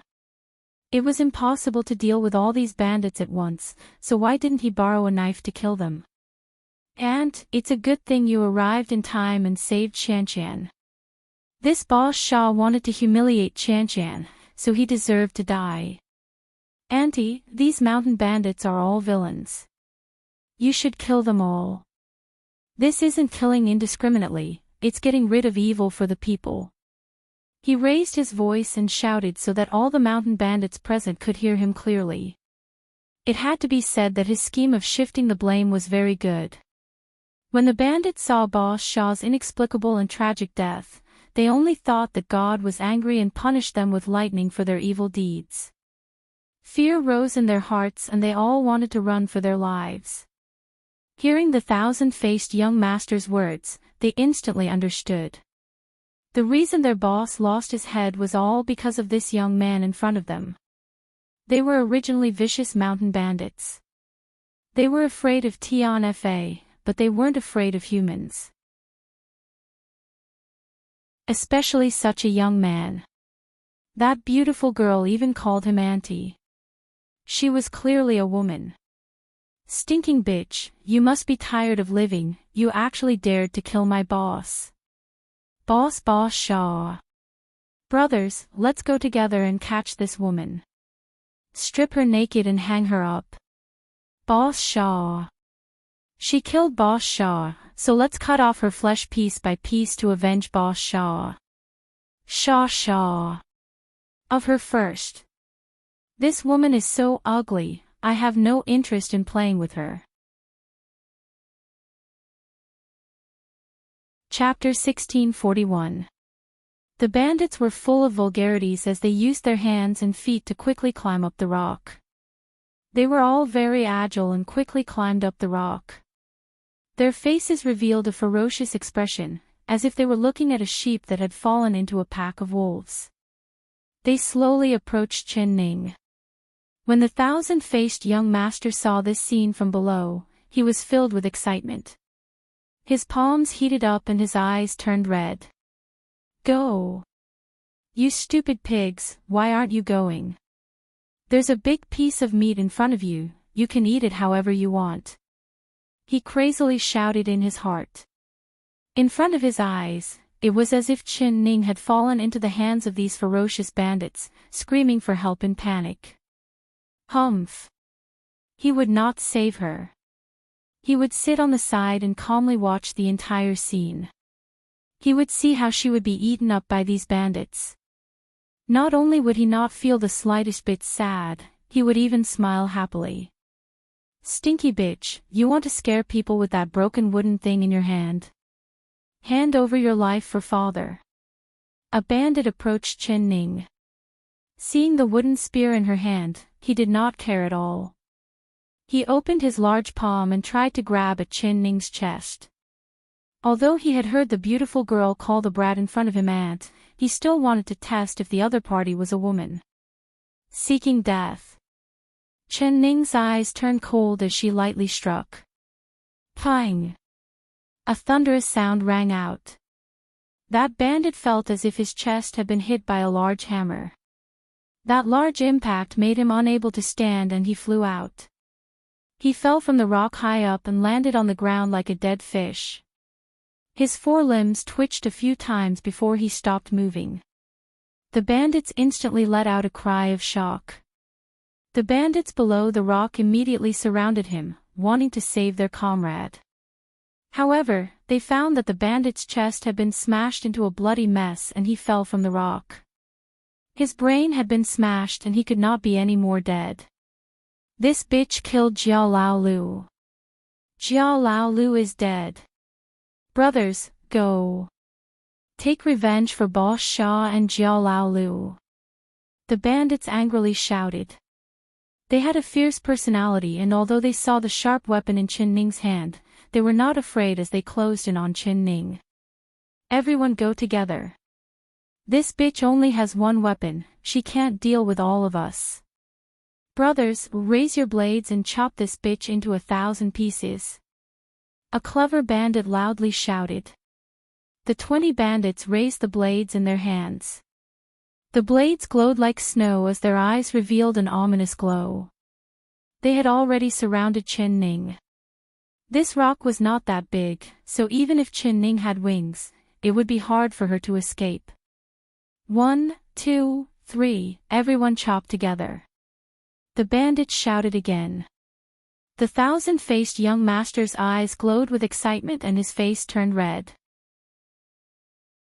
He knew that in the next moment, Chen Ning would be chopped into meat paste by these bandits. Such a good show was about to play out in front of him. How could he not be excited to see his deep-rooted enemy die in front of him? Kill! The bandit gave the order. The knives of all the bandits slashed down at Chen Ning. All of you! All of a sudden, the mountain bandits seemed to have received a 10,000 critical hits. All of them let out miserable screams like pigs being slaughtered. The steel blades in their hands fell to the ground, and they curled up into a ball, rolling around on the ground. Chapter 1642. They had clearly seen the girl dressed as a man being surrounded by the brothers and with a flash of a blade, she was about to be dismembered. They didn't see her make a move, so why were the brothers all falling down one by one, screaming like their parents had died? Bastard! Damn! The light in the thousand-faced young master's eyes quickly dimmed. His hand formed a fist and the hatred in his heart became even thicker. He knew that Chen Ning had used that invisible hidden weapon again. The strange thing was that this time, he didn't even blink his eyes as he stared at her, but he couldn't see how she had shot out her hidden weapon. She didn't even raise her hand or wave it as she shot out several dozen poison needles at once, causing over 20 bandits to fall to the ground. This kind of incredible hidden weapon technique, he had never heard of it before. Although Chen Ning had saved him at the most crucial moment, he wasn't grateful at all. If it wasn't for her, how could he have fallen to such a sorry state? If it wasn't for her, how could he have been humiliated by a man who was like a fat pig? If it wasn't for her, how could the dignified Purple Heaven Pavilion girl be forced to disguise as a woman? So all the humiliation he had suffered, it was all because of her. He wished for nothing more than for her to die, the more miserable the better. But seeing the bandits lying on the ground, the thousand-faced young master knew that his plan to kill with a borrowed knife had failed again. Stinky bitch, you've harmed so many of our brothers, we will take revenge for our brothers and kill your stinky niece. A bandit under the rock came back to his senses and suddenly jumped up, grabbing the thousand-faced young master. At the same time, he placed a shining steel blade on his neck. He used a bit of force and the thousand-faced young master felt a chill on his neck.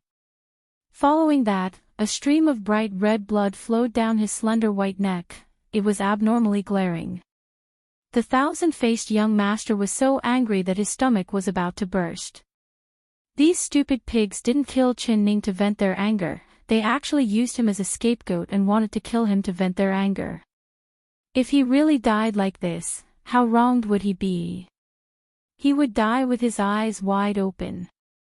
"Aunt, don't worry about me, quickly run. They have a lot of people, you can't beat them alone. Qian is a lowly person, his death is not enough, but aunt, you have a precious body, you can't step into danger for Qian. Aunt, quickly run, quickly run." The thousand-faced young master's mind turned as he loudly shouted. Not only did he not let Ning come down to save him, he even told her to run. This was because he knew that the more he retreated, the more Ning would come down to save him. Sure enough, after Ning heard this, she was very touched. She stared fixedly at thousand-faced young master and nodded. "Qian, you have a backbone. Auntie really didn't misjudge you. You're right, they have too many people, I can't beat them. Instead of me going down to die, it's better to sacrifice you. Qian, after you die, I'll burn more incense for you, so that you can reincarnate into a better life. I'm leaving, Qian, take care." After she finished speaking, her figure flashed and she disappeared from the rock. "Qian, Ian, she said. Ian, as Ian said. That woman didn't come down to save him, but ran away alone. The mountain bandits all opened their eyes wide in disbelief. They looked up at the cliff, but there were only their fallen comrades on the ground. Ning's figure had already disappeared. Chapter 1643. Bastard. Damn. Stupid girl surnamed Qin, come back here for father. I was just saying it casually. Why the F***ck did you actually believe it? You just patted your butt and left father alone in the hands of these bandits. Do you think father won't die fast enough? The thousand-faced young master desperately cursed in his heart, but Ning had indeed disappeared. She had left by herself, so it was useless even if he cursed until his throat broke.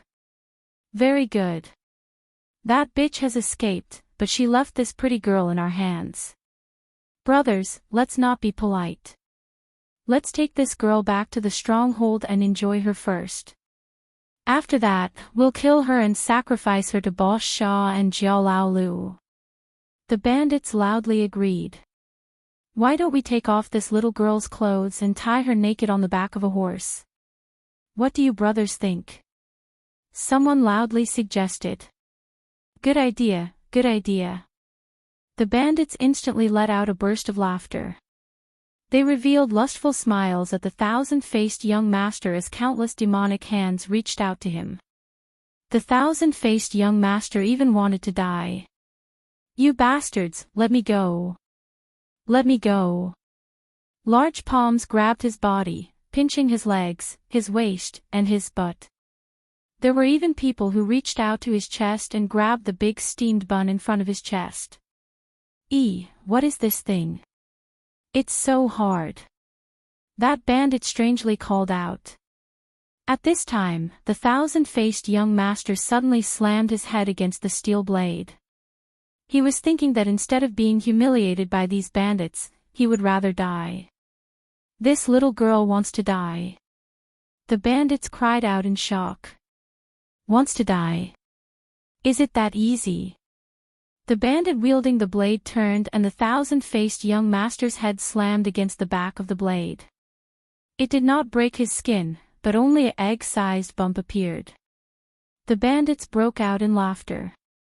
The thousand-faced young master wanted to die from shame, wishing that he could just die. Suddenly, the laughter of the bandits came to an abrupt end and it was replaced by wailing like ghosts and howling like wolves. Ah, ah, ah, ah, ah. It hurts. So itchy. Father is dying from the pain. The mountain bandits, who had been extremely complacent just a moment ago, fell to the ground one after another, rolling around on the ground and howling. The thousand-faced young master felt like he was being stabbed by several poisonous needles. It was painful and itchy, but his heart was filled with joy as he blurted out, "Aunt, you really came to save me." He fell to the ground like the bandits, but he gritted his teeth and did not cry out in pain. He forcefully opened his eyes and looked at Chen Ning, who was standing not far away. At this time, his heart was clear. Chen Ning's words were used to confuse the bandits, making them think that she had run away because she was afraid. In reality, she had climbed down from the other side of the mountain wall and circled behind the bandits. She had used her hidden weapons when they were least expecting it, causing several dozen bandits to fall into her trap. Even he, who was surrounded by the bandits, was not spared. Although his body was in pain and itchy, wishing that he could scratch off a layer of his skin, it was like flowers had bloomed in his heart. He revealed a smile on his face and was filled with endless joy. Although Chen Ning was still wearing a human skin mask and her facial features were lacking, in the eyes of the thousand-faced young master, the current Chen Ning was strangely beautiful. She was more beautiful than any time he had ever seen her. Chapter 1644. The thousand-faced young master's face changed from the pain, but he gritted his teeth and said, "Aunt, I'm fine. You should quickly leave, don't let these bandits catch you. They've all been poisoned by my needles. If they don't have the antidote, they'll be in pain for 3 days and 3 nights. Come, eat this pill first. It can temporarily stop your pain and itch. When we find a place with no one around, I'll help you suck the needles out." Chen Ning took out a small porcelain bottle from her chest and poured out a white pill. It gave off a cool aura and she placed it in the thousand-faced young master's mouth. "Aunt, this pill. What is it?" The thousand-faced young master looked at the pill, but he did not dare open his mouth. He was an expert in using poison and had done countless things to harm people, so naturally he was very careful with what he put into his mouth. How could he just eat a pill given to him by someone else? "This is a painkiller pill refined by my master. The effect is very fast and after eating it, it won't hurt anymore." "What, do you think this is a poison pill and that I will harm you?" Chen Ning's eyes were clear and bright, just like a clear mirror. She looked at him without blinking, as if she had guessed his thoughts. The thousand-faced young master quickly said, Qian does not dare doubt Aunt, but this pill was refined by the old divine doctor, so it must be very precious. Aunt giving it to me, I can't accept it." Chen Ning revealed a faint smile and said, "What do you mean accept it? Stopping the pain is more important, quickly eat it." The thousand-faced young master hesitated a bit. He did not believe that this girl would have any good intentions towards him. Perhaps this pill really was a poison pill. "All right, since you don't want to eat it, then forget it." Chen Ning threw the pill into her mouth and swallowed it like it was candy. "Aunt, I'm not suspecting that this pill is poisonous, but... The thousand-faced young master was instantly embarrassed. He was afraid that she would be angry, so he wanted to say a few words to explain, but he couldn't find a reason. "Don't talk anymore, let's leave this place first," Chen Ning softly said. Her face was calm, not showing any emotions. She helped the thousand-faced young master up from the ground and walked over to the horse. "Can you still ride a horse?" she asked. The thousand-faced young master looked at her expression and asked in a small voice, "Aunt, are you angry?" Chen Ning noncommittally said, "If you can still get on a horse, then let's quickly leave this place. We can talk about this later." I can." The thousand-faced young master endured the pain and climbed up the horse's back with gritted teeth. But his pair of hands were trembling violently and could not hold the reins no matter what. Chen Ning jumped onto her own horse and grabbed the reins of the young master's horse. She grabbed onto the reins of the horse and said, "Hold on." She whipped the two horses' buttocks, and the two horses galloped away. Soon, the dozens of mountain bandits who were crying out in pain were nowhere to be seen. The thousand-faced young master gripped the saddle tightly with both his hands, enduring the pain to the point that his teeth tore through his lips. However, the pain and itchiness on his body became more and more intense. In the end, he could not bear it any longer and began to cry out, "Io, Io." Chen Ning turned around from her horse and asked, "What's wrong?" "It's so painful and itchy, so painful and itchy." The thousand-faced young master groaned loudly. His brows were knitted into a frown, and his charming and moving facial features became distorted from the discomfort. Chapter 1645. The thousand-faced young master was in so much pain that he wanted to scratch off his skin.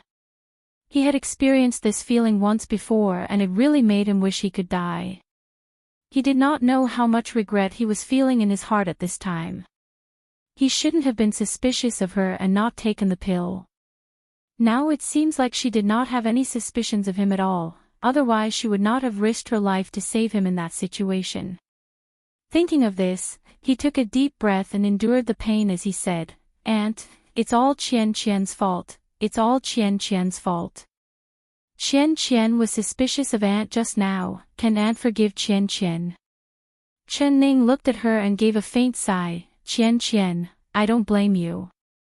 I know that you were hurt when you were young and because you trusted your sister, your voice became like this, so you are wary of others. This is a way for you to protect yourself, but Qian Qian, do you want to live your entire life in worry and doubt?" Chen Ning looked at her and gave a faint sigh. "Qian Qian, I don't blame you." The thousand-faced young master looked down and said with a face filled with shame, "Qian Qian really knows her wrongs. Qian Qian will not doubt Aunt in the future." Chen Ning did not say anything and just urged the horse forward. The thousand-faced young master could not guess her thoughts and his heart became more and more uneasy. He couldn't help saying, "Aunt, you're still angry with Qian Qian, right? Will you abandon Qian Qian and not want Qian Qian to follow you? When did I say I was angry with you? When did I say I don't want you to follow me? Girl, do you think the pain isn't enough? Why are you so long-winded?" Chen Ning turned around and scolded him. The thousand-faced young master immediately closed his mouth and looked at her with a pitiful gaze. "I just need to hurry to the next town, find an inn to settle you down, and then find a medicine shop to concoct the antidote for this poison needle. My master only told me the formula for this antidote, but he didn't give me a ready-made antidote. The only painkiller was also eaten by me, so you'll have to suffer a little more. It's all Qian Qian's fault, Aunt." When the thousand-faced young master heard this, a large stone fell from his heart. "All right, let's not talk anymore. I can see a town not far away, let's go there first." Not long after, Chen Ning brought the thousand-faced young master into a town. This town was much more prosperous than the one from yesterday. There were many shops on both sides of the street and there was an endless stream of people. Chen Ning found a relatively large inn to stay in and had the waiter take care of their horses. She personally helped the thousand-faced young master up the stairs and into the guest room. "Qian Qian, I need to suck out the poison needle for you first." Chen Ning helped the thousand-faced young master onto the bed and then took out a small magnet from her bag. At this moment, the thousand-faced young master was already in a daze from the pain and did not hear what she said clearly. He only vaguely heard that she wanted to treat his illness, so he responded with an "N" and closed his eyes. Chen Chen stood in front of the bed and did not make a. The thousand-faced young master waited left and right. He couldn't help but open his eyes and look at Chen Ning with doubt. "Auntie, didn't you say you would help me cure my illness?" Chen Ning softly said, "That's right, I need to use the magnet to suck out the poison needle from your body, but you're wearing clothes and I can't see where the needle is. It's not good for me to take off your clothes, so you should do it yourself." Chen Ning softly said, "That's right, I want to use a magnet to suck out the poison needles from your body, but you're wearing clothes and I can't see where the needles are. I can't take off your clothes, so you should do it yourself. Chapter 1646.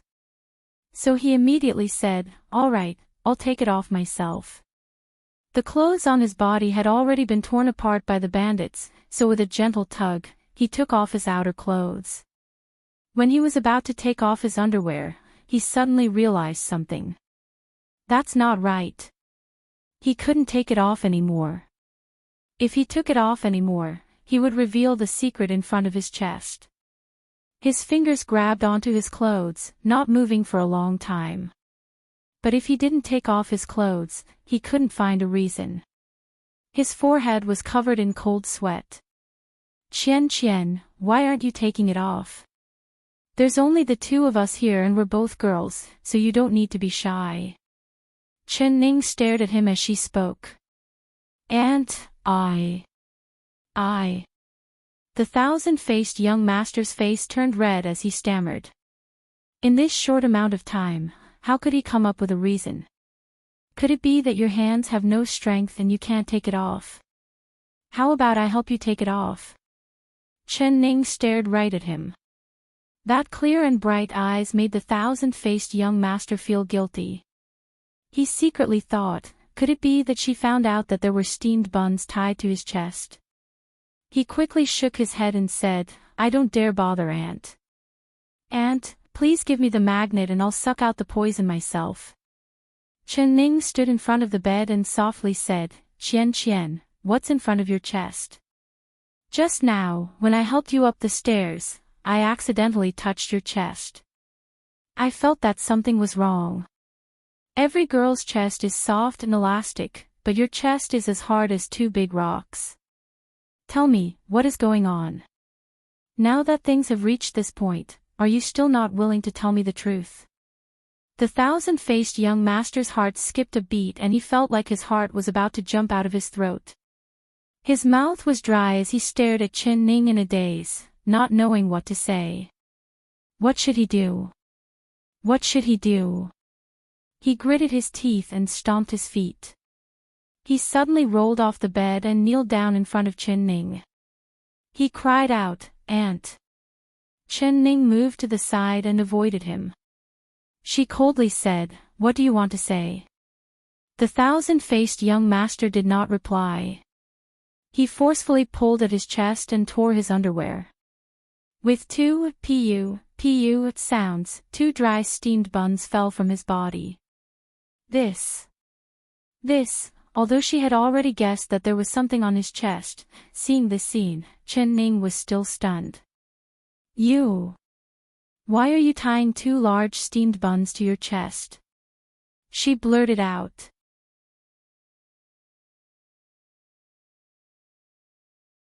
Chapter 1647.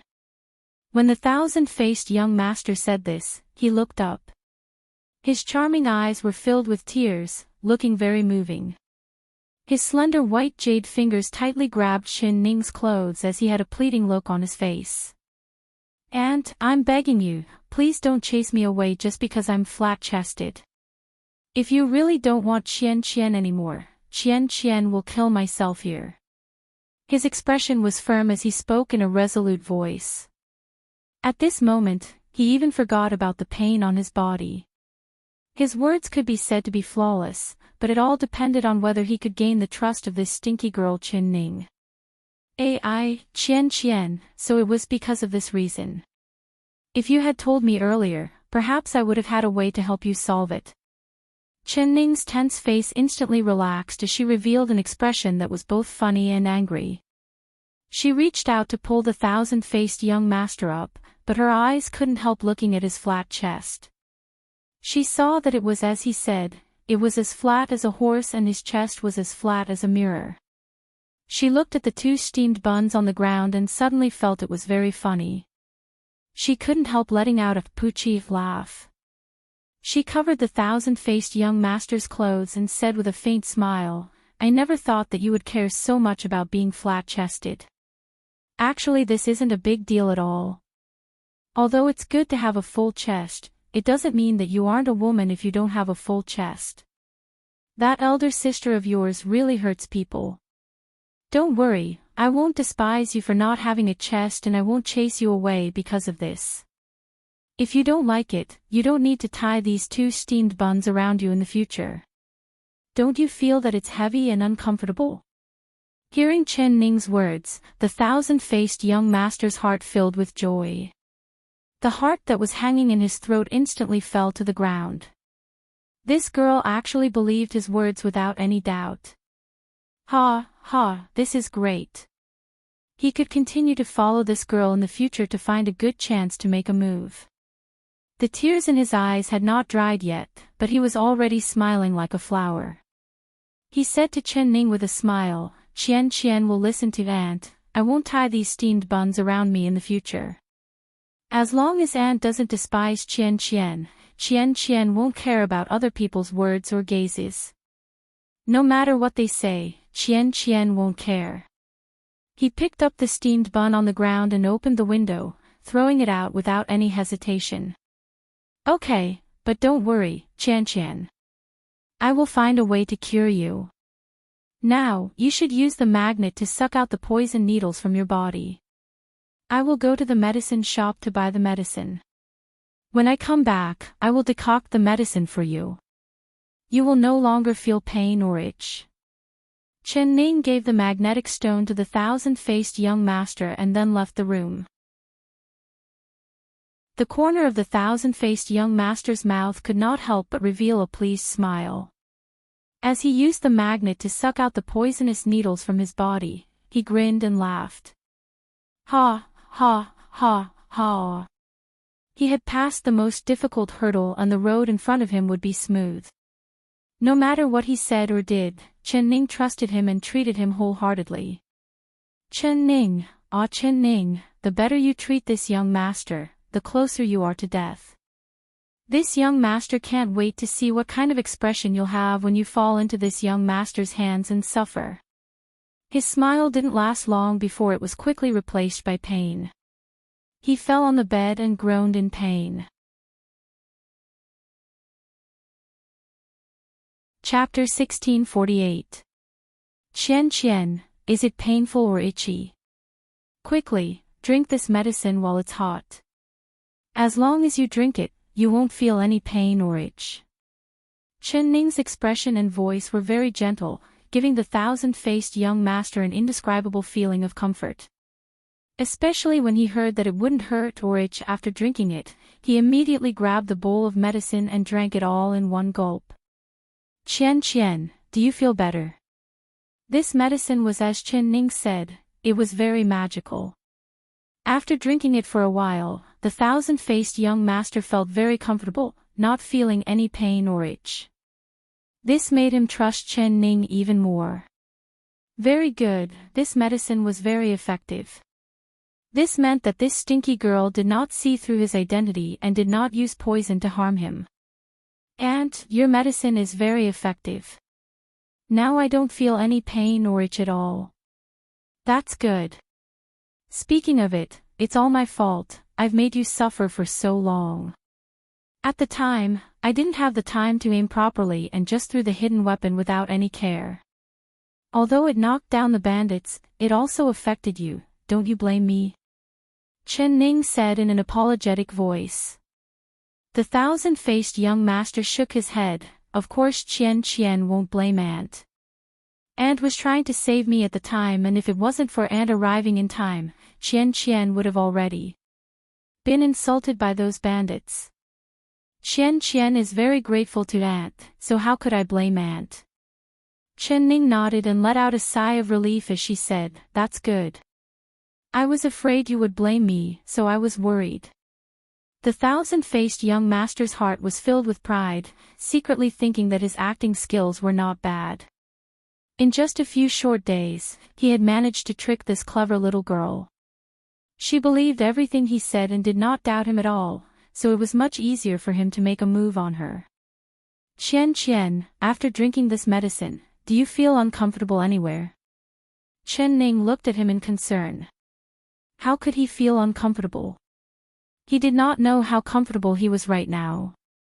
The thousand-faced young master shook his head and said, "There's nothing uncomfortable, I feel very comfortable."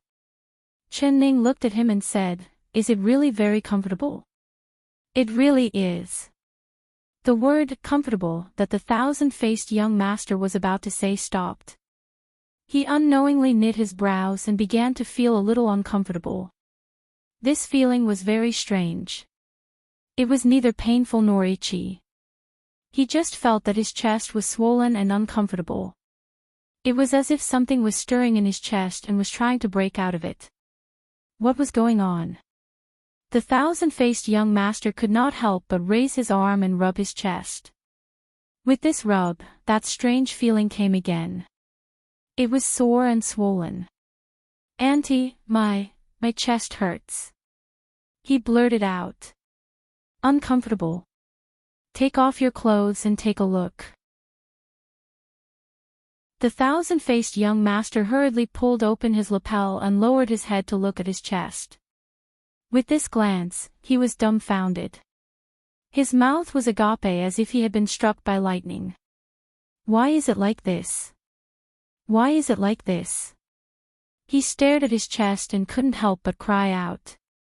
He didn't know when it started, but his chest started to slowly bulge.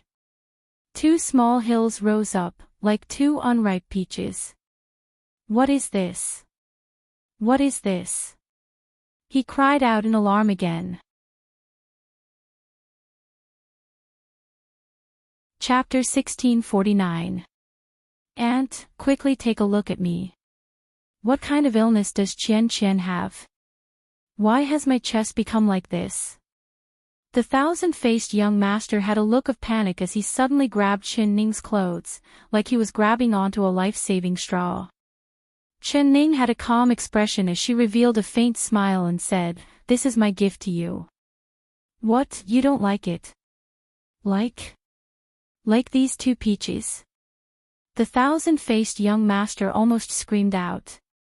He wasn't a monkey that liked peaches. Even if he was a monkey, seeing a peach grow on his chest, he would go crazy. "That's right. Although these two peaches haven't grown yet and are still very green, that is because you've only taken one dose. As long as you keep taking the medicine, these peaches will slowly grow and become fuller. This way, no one will laugh at you for being flat-chested anymore. This is a secret breast enlargement recipe that I've thought of for a long time. Qian, haven't you always been worried about your flat chest? Seeing this change now, you don't seem very happy. Do you really not like it?" Chen-Ning looked at him and pursed her lips into a smile. "Happy my ass. Like my ass. Father is a man." The thousand-faced young master cursed out in his stomach, even having thoughts of dying. He curled his lips and wanted to squeeze out a smile, but the smile he squeezed out was even uglier than a cry. "I like it, Qian really likes it. Aunt, Qian will remember the kindness you've shown me for the rest of my life and will never forget it. One day, Qian will repay you." He enunciated each word through gritted teeth. Chen-Ning revealed a sweet smile and said, "It's good that you like it, I'm not greedy for your repayment. That's right, after you take this breast enlargement medicine, you need to rub it. The more you rub it, the better the medicine will be and your chest will become bigger. How about I help you rub it?" "Rub? Rub?" The thousand-faced young master's eyes opened wide, almost suspecting that he had heard wrong. There were two monsters growing out of his chest and she wanted to help him rub it, letting it grow. She wouldn't want it even if he was beaten to death. No need.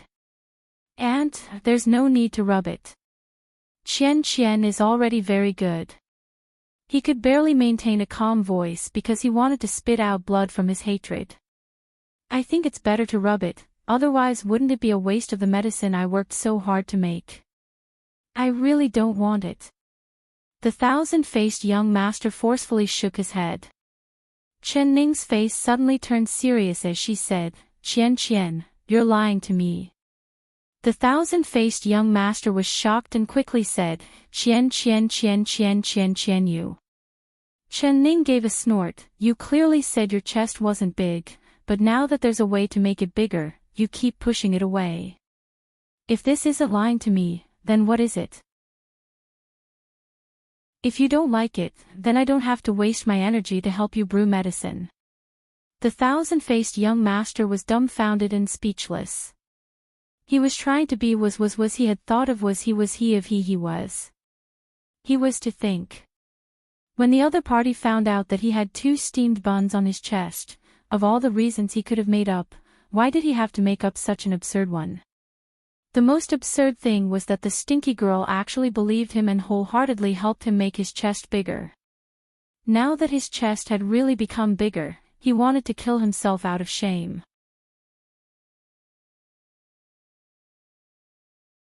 Chapter 1650. The thousand-faced young master gritted his teeth and said these words with great difficulty because he knew that if he continued to reject her, it would arouse Chen Ning's suspicions. "Of course I'm willing." Chen Ning revealed a faint smile. She placed her hands on the 2 green peaches on his chest and slowly rubbed them. She did not use much strength and just gently rubbed them twice. The thousand-faced young master's body suddenly trembled and he gave a painful roar. It was so painful that his body curled up like a shrimp. Pain. So painful. "Aunt, stop rubbing, it's too painful." His body was covered in cold sweat from the pain and he felt like his chest was being cut by a knife. But when he looked down, there was nothing wrong with his skin. There was no swelling or wounds. But why did it suddenly hurt so much? Is it really painful? But I haven't used any strength yet and the medicine hasn't fully taken effect yet. Just bear with it, I'll help you rub a few more times and it'll be fine soon. Chen Ning gave a faint smile and gently rubbed again. Instantly, the thousand-faced young master let out a pitiful cry like a pig being slaughtered. "Stop rubbing. I beg you, stop rubbing. It hurts so much." The thousand-faced young master's forehead was covered in cold sweat. "Pain. Qian, do you know why it hurts so much?" Chen Ning took back her hand and stood in front of the bed. Her eyes fell onto his face. That smile that wasn't a smile made the thousand-faced young master feel a chill run down his back. He opened his mouth and stammered, I don't know. It's all because I was careless. When I was brewing the medicine for you, I accidentally dropped a pill personally refined by my master. But this pill is not a painkiller, rather it is a painkiller. Painkiller? This. What kind of medicine is this? How come I've never heard of it before? The thousand-faced young master's heart was filled with shock and he couldn't help revealing a look of fear in his eyes. Of course you haven't heard of it. This is a secret medicine refined by my master. If a sick person takes this painkiller pill, it will make their illness several times worse. If a healthy person takes this medicine, it will make their entire body feel pain. It will be very painful, just like you right now. Chen Ning giggled and said. What? The thousand-faced young master's eyes almost popped out as he said in a trembling voice, Aunt, why did you give me this painkiller pill? I have never offended Aunt before. Chen Ning said with a smile, That's right, you really haven't offended me. I just said that this medicine was accidentally dropped in and I accidentally gave it to you. You also accidentally drank it, so this medicine isn't poison. It's just that after you take my breast enlargement medicine, taking this pain-inducing pill will increase the effect of the breast enlargement medicine. It will make your chest fill up, but it will hurt a bit. Qian, I'm doing this for your own good, aren't you grateful to me? The more the thousand-faced young master listened, the more terrified he became. A thought faintly floated in his heart, but he didn't dare to think too deeply about it because that thought was too terrifying. Aunt, Qian knows she was wrong. Please forgive me, Aunt. I won't dare to do it again. At this time, although Chen Ning had already taken her hand back and was no longer massaging his chest, he still felt his chest swelling up and becoming more and more painful. It was so painful that his forehead was covered in sweat. Aunt Chen knows he was wrong. Please forgive me, Aunt. I won't dare do it again. Why are you begging me for mercy? Could it be that you've done something wrong to me? Chapter 1651. At this time, if the thousand-faced young master still couldn't see that Chen Ning had seen through his disguise, then he really would be the biggest fool in the world. He said with a crying face, Miss Chen, the Empress, please forgive me. Chen Ning said with a faint smile, you've already changed calling me Aunt. I haven't heard enough yet. Aunt. No, Great Aunt, it's all my fault. I only ask Great Aunt to be magnanimous and let me go. It hurts. It really hurts to death. The thousand-faced young master could only feel pain all over his body. The pain had already seeped into his bones, and even the cracks in his bones were in intense pain.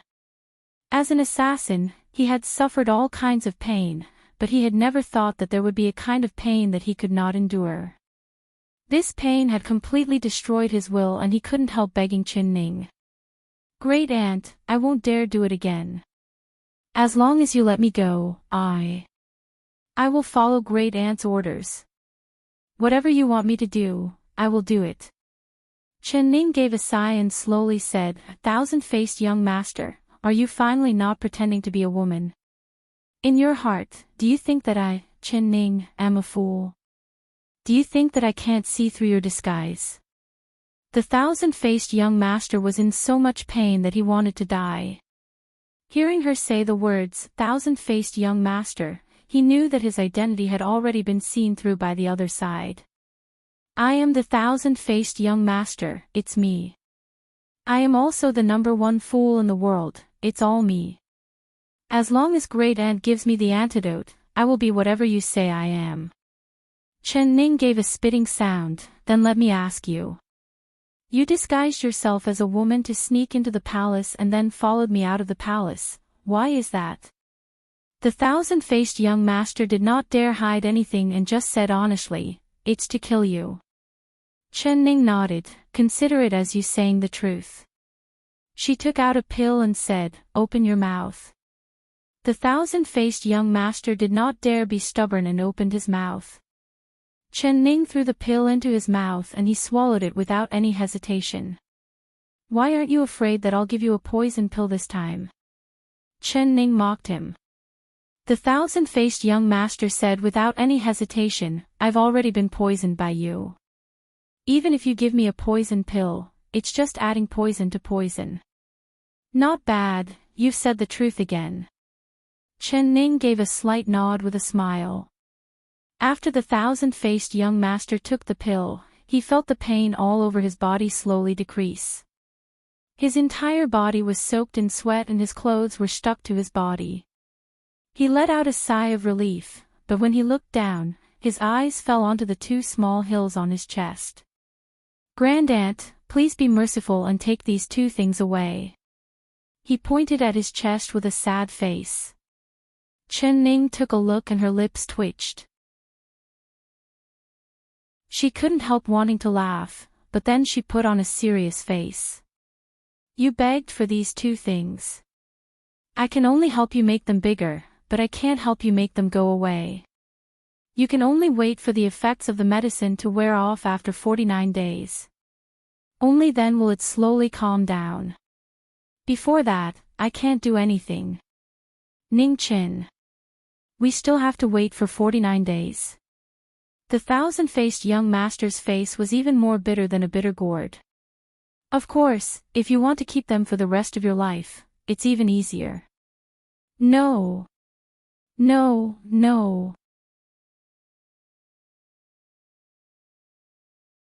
Chapter 1652.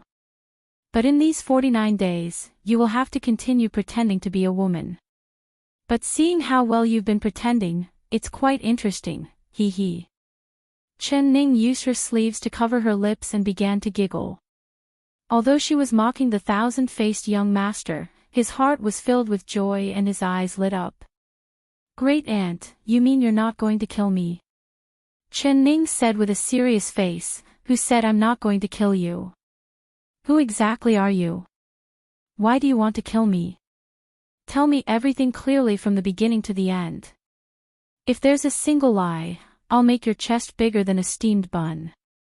When she said the word, steamed bun, she glanced at the thousand-faced young master's chest from the corner of her eyes. She couldn't help laughing at her own prank. The thousand-faced young master's expression was extremely awkward. He pulled the blanket on the bed and tightly wrapped himself up. He lowered his head and said, "All right, I'll tell you everything. Actually, even if I don't say it, with how smart you are, great aunt, you already know what kind of person I am." Chen Ning gave a snort. Of course I know, but I want to hear it from your own mouth. Actually, she only guessed that this thousand-faced young master was an assassin sent by Purple Heaven Pavilion. She also guessed that the person who hired the assassin was Zhao Rong Junju, but she couldn't understand why this thousand-faced young master spent so much effort to sneak into the palace to her side. Logically speaking, he had many opportunities to make a move, but he didn't do anything. It was not until she left the palace that he did something to her food. However, it was not a deadly poison, which made her unable to guess what was going on. The thousand-faced young master thought that Chen Ning knew everything about him, so he didn't dare hide anything. This was because he knew that Chen Ning's eyes seemed to be able to see through his heart. As long as she stared at him, she would be able to determine if he was telling the truth or lying. He moved his lips and was about to speak, but he suddenly remembered the strict orders of Purple Heaven Pavilion. He could not reveal the pavilion's secrets to anyone, or else he would receive the most severe punishment in Purple Heaven Pavilion. His heart instantly turned cold and he swallowed the words that were about to come out of his mouth. Why are you hesitating? Do you think I don't know you're an assassin from Purple Heaven Pavilion? Humph. Chen Ning saw his expression and guessed what he was worried about. You know about Purple Heaven Pavilion? The thousand-faced young master cried out. Purple Heaven Pavilion's actions had always been secretive. They only killed people without leaving their names. In the Jianghu, there was less than 1 in 10,000 people who knew this name. However, as long as they received a mission that they could not complete, those who died under the hands of Purple Heaven Pavilion did not even know how they died. Although the thousand-faced young master was quite famous in the martial world, no one knew that he was an assassin from Purple Heaven Pavilion, or even his identity as a young master. So when he heard Chen Ning say the 3 words, Purple Heaven Pavilion, he couldn't help but be shocked. Purple Heaven, you've done so many bad things and killed so many people, do you think you can hide it from the eyes and ears of the world? Chen Ning gave a cold laugh. However, the thousand-faced young master raised his chin and said in a rather arrogant tone, "We've taken someone's money to eliminate a calamity for them. It's not considered doing anything bad. Only when there's a buyer will there be a seller." Chapter 1653. Pay. You sissy, you're still stubborn even now. You treat human lives like grass, only recognizing money and not people. I'm afraid that if someone paid you, you wouldn't even hesitate to kill your own ancestors, right? What difference is there between this kind of behavior and an animal? You don't think it's shameful, but rather proud of it. I think you're hopeless. A scum like you will only harm more people if you stay in this world. Why don't I get rid of this evil for the people as soon as possible? Chen Ning pushed the wooden spear forward and the muzzle landed right on the forehead of the thousand-faced young master. The thousand-faced young master was scared out of his wits. Thinking of Boss Shaw's head that was smashed like a watermelon, how could he dare be stubborn? He quickly said, you're right. I was wrong, I was wrong. Chen Ning put the spear back and casually said, "Thousand-faced young master, I'll give you a friendly reminder. There are some things you should think about before saying. If you can't think of a reason, then it's best if you don't say it, otherwise you'll make more mistakes." The thousand-faced young master's heart turned cold. The reason he had been thinking of suddenly disappeared without a trace. He lowered his head in dejection. "Great aunt, you really have sharp eyes, you can even guess what I'm thinking. All right, since it's like this, then I have nothing to hide." He raised his head and said, "That's right, I am indeed a person from the Purple Heaven Pavilion. One day, that Zhao Rong princess found us and offered a high price to buy the life of a normal girl. Originally, I didn't need to personally deal with this kind of small matter, but I was bored that day and heard that the person she wanted to kill was in the capital. Because I wanted to take a trip to the capital, I took this job from her." Before he could finish, Chen Ning gave a cold laugh and interrupted him. "Nonsense, your first sentence is a lie." The thousand-faced young master quickly said, "Everything I said is the truth, I'm definitely not lying. I'll ask you again. The first time you saw me, when was it?" Chen Ning pointed the muzzle of the spear at the thousand-faced young master's face again. I, the thousand-faced young master secretly complained. He thought that this girl's eyes couldn't be this sharp, right? Could it be that she recognized him when he used the bone-shrinking technique to turn into a child? "Little white-eyed wolf, how long do you want to pretend for?" Chen Ning gave a cold laugh. The moment he heard the words "little ingrate," the thousand-faced young master was like a deflated ball, becoming dejected and dejected. "I didn't think that you would recognize me," he said in a low voice. "Do you think that just because you're known as the thousand-faced young master and your skill in disguise and bone-shrinking skills, you can hide from my eyes?" The thousand-faced young master couldn't help looking at her and saying, "How did you recognize me? I've disguised myself as all kinds of people, and no one has ever seen through me. Why didn't I deceive you?" Chen Ning revealed a faint smile. "It doesn't matter if I tell you. No matter how you change your appearance, there is something on your face that you can't change no matter what." "What?" the thousand-faced young master asked suspiciously. Every time he changed his appearance, he would check it several times until there were no flaws. "It's your eyes," Chen Ning slowly said. Chapter 1654. After he changed his appearance, not a single person in the entire Purple Heaven Pavilion was able to recognize him. He believed that his disguise technique had already reached the point of perfection. Chen Ning nodded, "Or rather, it's not your eyes, but your expression. Your disguise technique is very good, but no matter how good it is, it can't hide the expression in your eyes. When I first saw you, you used the bone-shrinking technique to turn yourself into a 5- or 6-year-old child. Your disguise was very good and even I was deceived by your appearance at the beginning. I thought that you had been kidnapped by bandits, but the more I looked at you, the more I felt that something was wrong. A 5- or 6-year-old child, how could he have this kind of expression in his eyes?" The thousand-faced young master's heart trembled when he heard this. He couldn't help asking, what kind of expression does a 5- or 6-year-old child have? What kind of expression do I have? Chen Ning thought back to the situation at the time and slowly said, "I've seen many children and their eyes were filled with innocence and innocence. Because their world is different from an adult's, the things they are interested in are also different. When Xiao Ru gave you a lot of cakes and candies to eat, the children's eyes would always light up and they would be filled with interest. Which child doesn't like eating these things, but your eyes did not have any interest at all? On the contrary, your eyes kept looking at me, as if I was more delicious than those candies. Moreover, what surprised me the most was that your eyes had a calculating, cunning, and fierce look that did not belong to a child. It was like a wolf staring at its prey. This kind of look would never appear on a child's face." Chen Ning's eyes were filled with excitement as she looked at Xiao Ru. The thousand-faced young master was speechless because Chen Ning was not wrong at all. At the time, all his attention was focused on Chen Ning, so naturally he was not interested in anything else. At the time, he only wanted to win her trust and then take her life. He never thought that all these thoughts would be revealed in his eyes, but he did not realize it at all. He thought that he had tricked her and everyone else and was very proud of his wonderful acting. In her eyes, he must be as funny as a fool, right?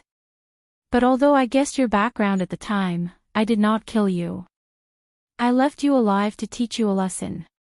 Don't treat everyone in the world like fools. Later, when I saw you again, you snuck into the palace and tried to kill me. At that time, you were wearing a human skin mask, but I recognized you as soon as I saw your eyes. Your eyes were almost exactly the same as when we were in the carriage, but there was a layer of deep hatred and killing intent. I presume that you will never forget that lesson. You must hate me so much that you want me to die a horrible death, right? But you once again fell into my hands. Thinking of how you killed so many innocent people in my palace and how your hands were stained with blood, I didn't hesitate to feed you a bone-melting pill to dissolve your cultivation so that you would never be able to kill or harm people again. Later, you were rescued by someone. When Chen Ning said this, she looked down at him. The person who saved you must be the spy that Zhao Rong princess placed in my palace, right? Chapter 1655.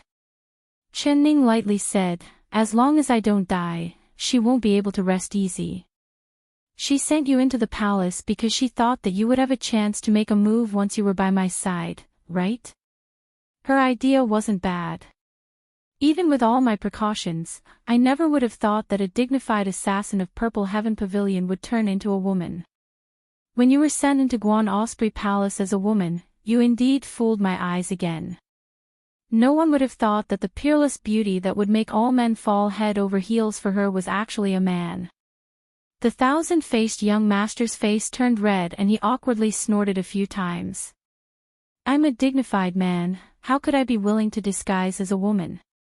It was all that Zhao Rong Junju who forced me. I ate your bone-transforming pill and lost all my cultivation, falling into her hands. If I didn't agree, she would feed me to the wild cats. Look, this is the evidence. He tore off the sleeve of his right arm, revealing his smooth and white arm. There was a long scar on his arm.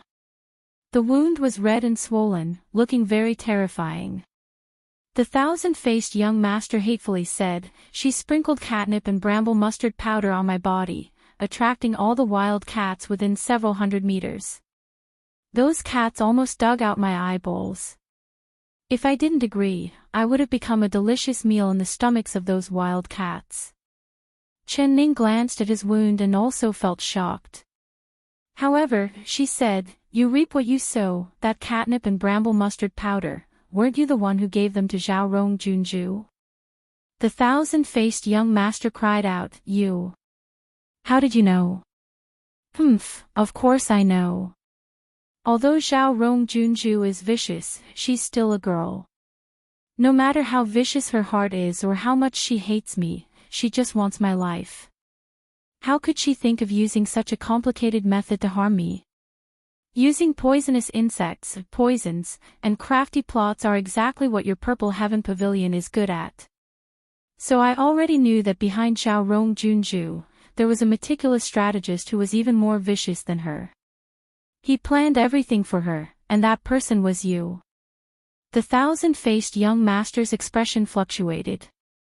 He rubbed the scar on his arm, feeling nervous. After that, after you entered the palace, no one in the palace saw through your identity and I wasn't on guard against you. If you wanted to make a move, there should have been many opportunities, but why didn't you make a move? Chen Ning asked. The thousand-faced young master revealed a strange expression and said, you thought I entered the palace to kill you? Was it not? The thousand-faced young master shook his head, and the corners of his mouth curled up to reveal a mocking smile. Of course not. That little girl Zhao Rong really does hate you and wants nothing more than for you to die, but she thought of a way to make you feel even more pain than death. She sent me into the palace so that I could seduce your emperor. Once I obtained the emperor's heart, I would encourage him to throw you into the cold palace. For a woman, there is nothing more painful than losing the man she loves. To make you live a life worse than death in the cold palace, isn't that more painful than killing you with a single blade? Hearing this, Chen Ning could not help but laugh. She stared at the thousand-faced young master with her round eyes. Does she think that Imo Chuan will put me in the cold palace because of you? She thought Imo Chuan would throw me into the cold palace because of you. She suddenly had a funny feeling, and the more she thought about it, the funnier it was.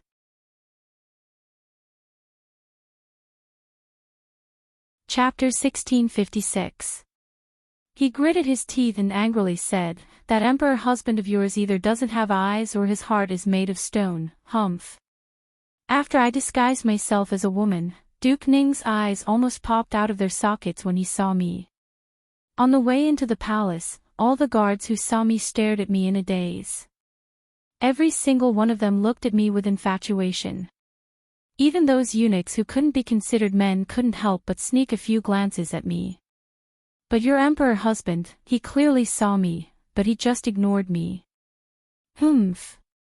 Chen Ning thought about it and said, "I remember that after you came to the Guan Osprey Palace, Missouri Chuan never came back to stay, so when did he see you? How come I don't know about this?" The thousand-faced young master angrily said, "On the night I entered the Guan Osprey Palace, I couldn't sleep, so I snuck out of my room. I knew that the emperor had come, so I wanted to secretly listen in on your conversation. Who would have thought that when I walked into the courtyard I would feel a chill?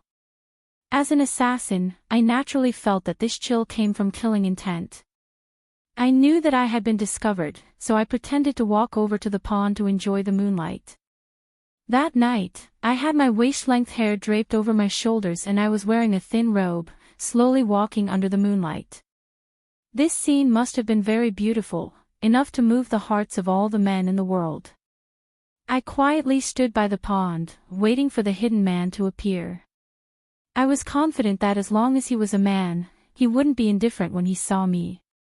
Sure enough, after standing there for a while, I saw a man's shadow appear beside my reflection in the water.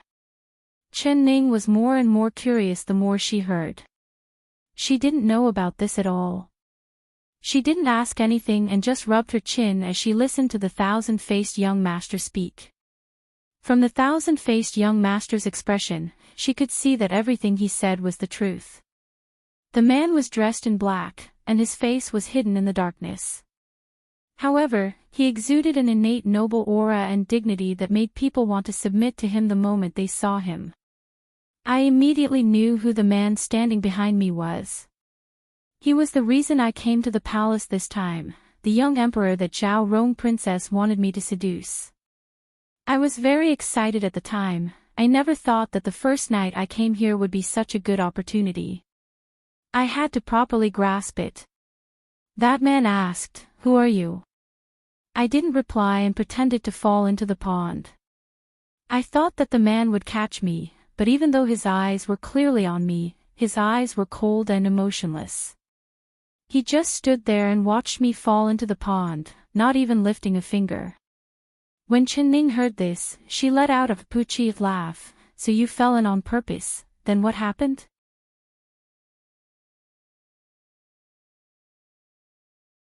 Chapter 1657. Chen Ning's smile was like a flower as her eyes narrowed. She giggled and said, "Of course I'm happy." The thousand-faced young master gave a snort. He must have seen that I'm a man, otherwise how could he be so heartless towards me? My appearance when I'm dressed as a woman isn't inferior to yours in the slightest. Why isn't he tempted by me? When Chen Ning heard this, she looked at him up and down with a strange look in her eyes. The thousand-faced young master felt a chill run down his spine as he called out, "Why are you looking at me like that?" Chen Ning slowly said, "Sissy, Could it be that you're addicted to pretending to be a woman and think of yourself as a woman in your heart? From your tone, it's filled with jealousy, just like a jealous woman. The thousand-faced young master's face turned red as he stared at Chen Ning. He found that he had no words to refute her. His tone was indeed like a resentful woman. Thinking of that night's reflection in the water, didn't he also fall for that beauty that could cause the downfall of a country? His heart turned cold as he secretly thought that he could not continue pretending to be a woman, otherwise he would become a pervert. Then when did you guess my identity? He asked. Chen Ning revealed a faint smile and said, if you didn't follow me out of the palace, perhaps I would have thought that you were a mute beauty. Qian, your sign language is very good and you have a sharp tongue. Your words are like pearls of pearls, even I was fooled by you. When you entered the palace, you deliberately avoided me and rarely appeared in front of me, so I never would have thought that this Qian who can cook so well would be an old acquaintance. The thousand-faced young master couldn't help asking, then where did I reveal a flaw? Chen Ning tilted her head and said, let me think about it. Speaking of when you suddenly appeared, I was a bit surprised because I had put a knockout drug in that spot that would make a person sleep for 3 days. You and Xiao Ru ate the same dessert, but Xiao Ru was unconscious, while you were able to find me half a day after I left the city. At that time, I had my suspicions. Either you didn't eat the dessert or the knockout drug didn't work on you, but I clearly saw you eat 3 desserts, so there was only the latter explanation. You could resist the effects of the knockout drug, so you definitely aren't a normal person. Of course, what made me suspicious the most was that you could find me without any effort, which meant that your tracking skills were not below Zhui Feng's. You could resist drugs and track people, how could you be a normal girl? From then on, I had been paying attention to you, secretly watching your every move. I purposely tested you and didn't let you follow me, but you jumped into the water without any hesitation, which made me even more suspicious. I don't have any great kindness towards you, we've only known each other for a few days and we don't have any deep friendship, so why would you jump into the water for me? If you didn't have any ulterior motives, then my eyes must be blind. After I saved you from the water, I already knew that you didn't have any good intentions. When Chen Ning said this, the thousand-faced young master sucked in a cold breath.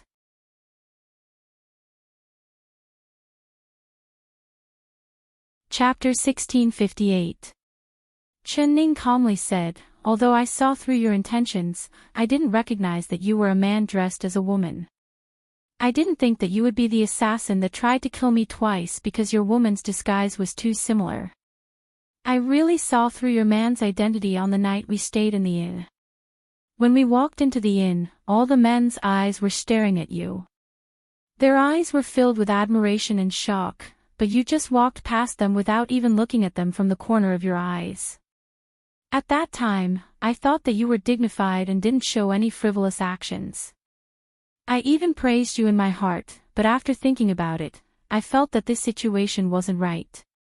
Because as long as it's a woman, no matter how dignified a woman is, when faced with the admiration and shock of men, they wouldn't be as indifferent as you. There was even a deep disgust in your eyes, as if you wanted to dig out all the men's eyeballs. The thousand-faced young master was shocked. He never thought that the subtle look in his eyes would fall into Chen Ning's eyes. So you suspected me at that time? That's right, at that time, I was sure that you weren't a woman. At the same time, I thought about how you asked me for 2 steamed buns and ate them in a short amount of time. When I asked you if you were full, you said you were full without even thinking about it, but your stomach was more honest than your mouth, quickly betraying you. I thought it was strange at that time, how could a person who had just eaten 2 steamed buns have a stomach growl, unless you didn't eat them at all and used them for other purposes. But what use do you have for them? When Chen Ning said this, her eyes swept over the thousand-faced young master's chest. The thousand-faced young master's face turned red with embarrassment. At this time, if I still couldn't see that you were the assassin from the Purple Heaven Pavilion disguised as a man, then I really would be the #1 fool in the world. After understanding your identity, I just quietly watched your performance. You borrowed the kitchen to cook for me, so I guessed that you would play some tricks with the food. As expected, you put the soul-disappearing powder in the food, but you never thought that my master would give me the spirit rhinoceros pill, making me immune to poison. Eating your soul-disappearing powder was like eating pepper, it had no effect on me at all. When Chen Ning said this, the thousand-faced young master couldn't hold it in anymore and blurted out, I never thought that you would see through me this early. If you knew that the food was poisoned, then why did you eat it? Of course I wanted to eat it. Not only did I want to eat it, I also wanted you to eat it first. Those sweet and sour pork ribs didn't taste bad, right? If I didn't eat it, how could I see your wonderful performance after eating it? Chen Ning covered her mouth and began to giggle. The thousand-faced young master wanted to smash his head on the ground and hatefully said, so you purposely wronged me and tricked me. He thought back to the insect disturbance at that time and was so annoyed that he wanted to vomit blood. How could he not see through it at that time? This girl was purposely playing with him and at the same time stalling for time to make him forget to take the antidote. Chen Ning lightly said, harming others will harm themselves in the end. This sentence is the best portrayal of your actions.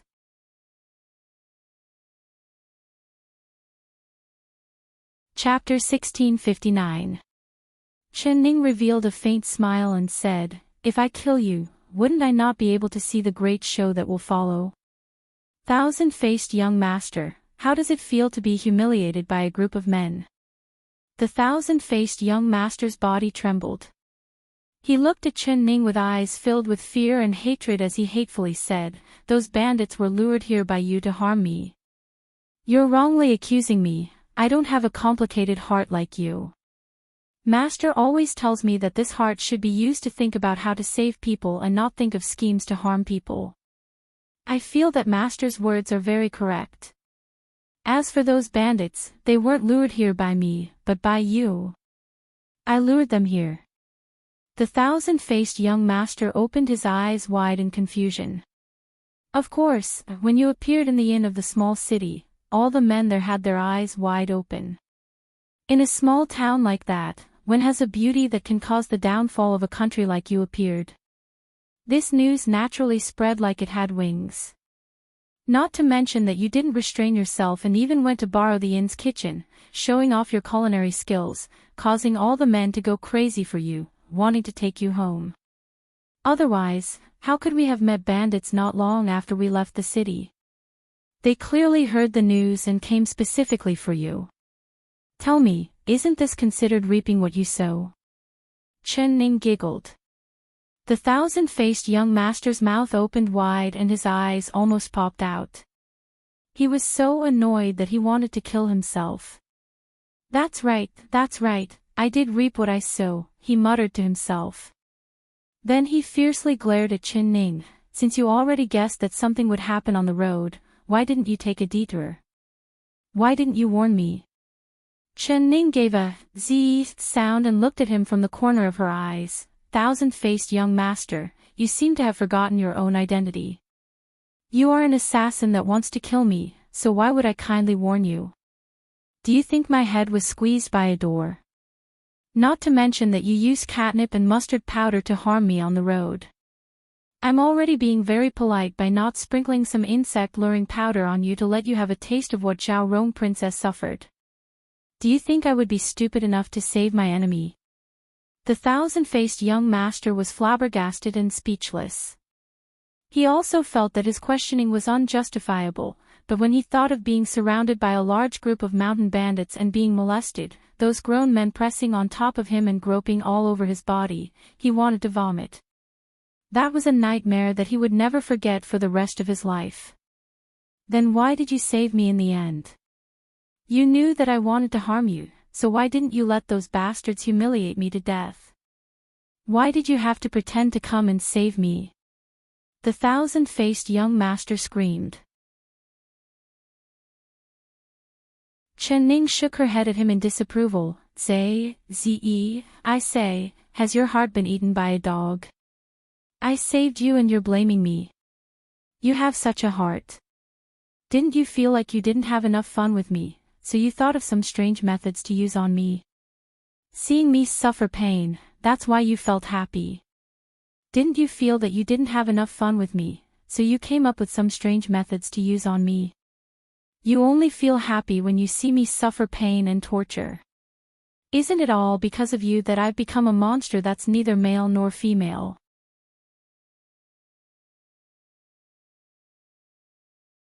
Chapter 1660.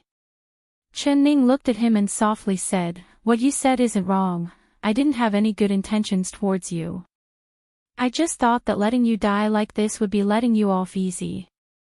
Moreover, you know quite a bit of things and are still useful to me.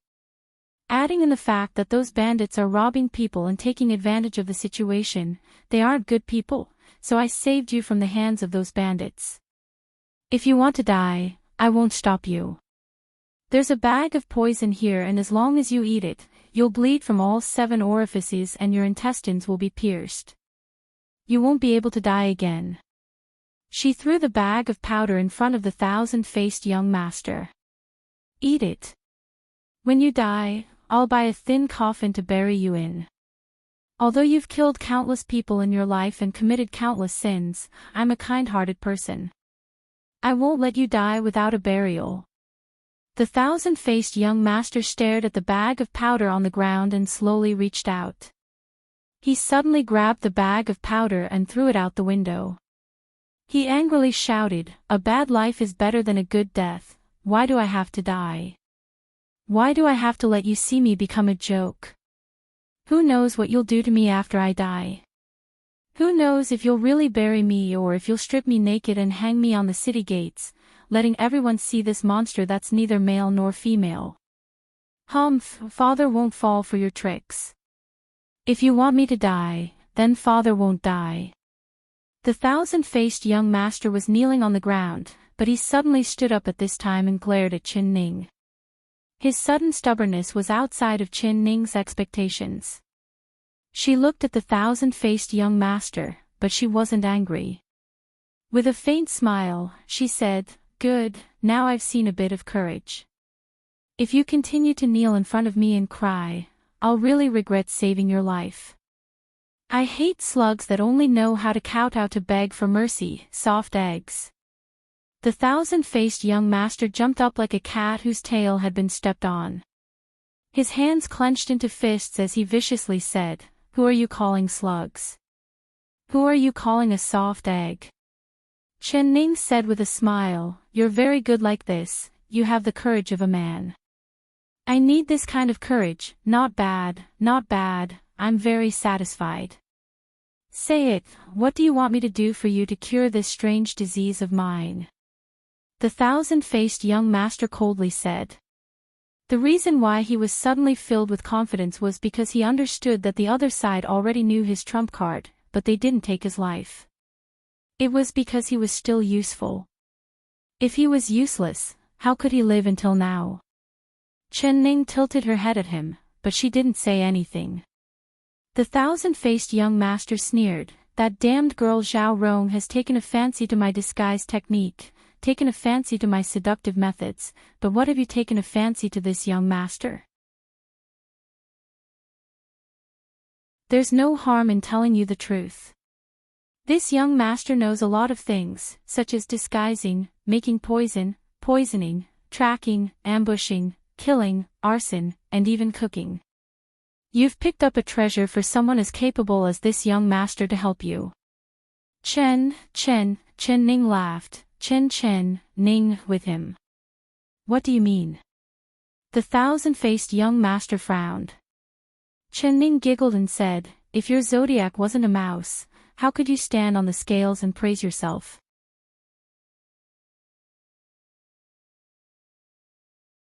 Chapter 1661. Chen-Ning's eyes turned and she suddenly asked, "Do you know how to play the flute?" The thousand-faced young master was stunned. He really didn't know how to do this. "I don't," he coldly said.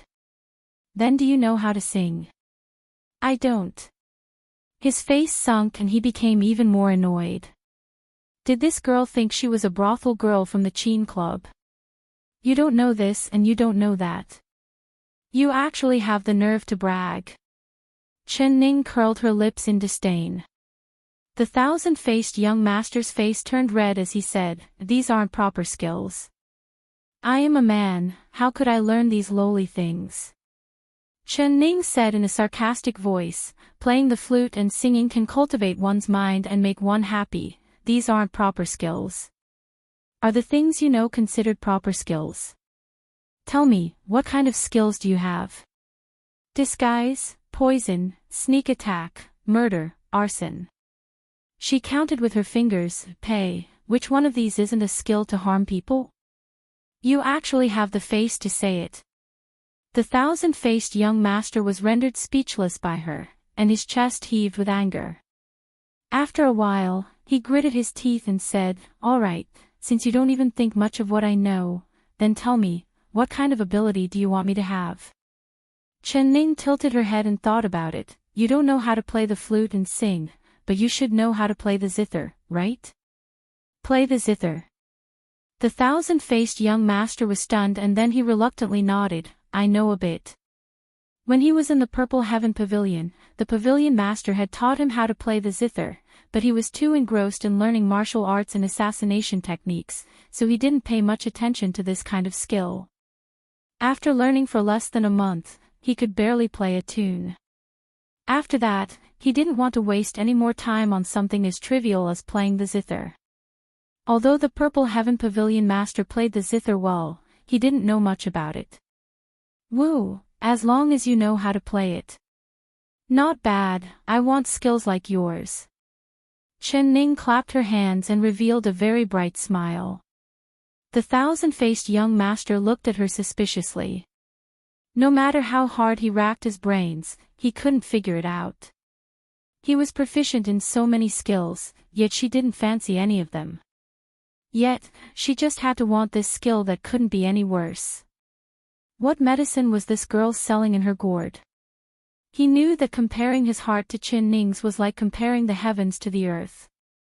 He didn't want to waste his energy trying to guess what this girl was thinking. In short, whatever she wanted him to do, he would do it. As long as she could remove those 2 rotten peaches from his chest, he would kneel on the ground and call her ancestor. However, I have to make it clear in advance that I can only barely play a tune. Don't think that I can play it beautifully. When the time comes, don't blame me for dirtying your ears." The thousand-faced young master pondered for a moment and decided to say the unpleasant things first, so as to prevent this girl from thinking of some strange methods to torment him when the time came. "It doesn't matter, it doesn't matter. The worse you play, the better. You're not playing for me anyway." Chen Ning casually waved her hand and the smile on her face became even more brilliant. "If I'm not playing for you, then who am I playing for? You. You wouldn't be giving it to someone else as a gift, right?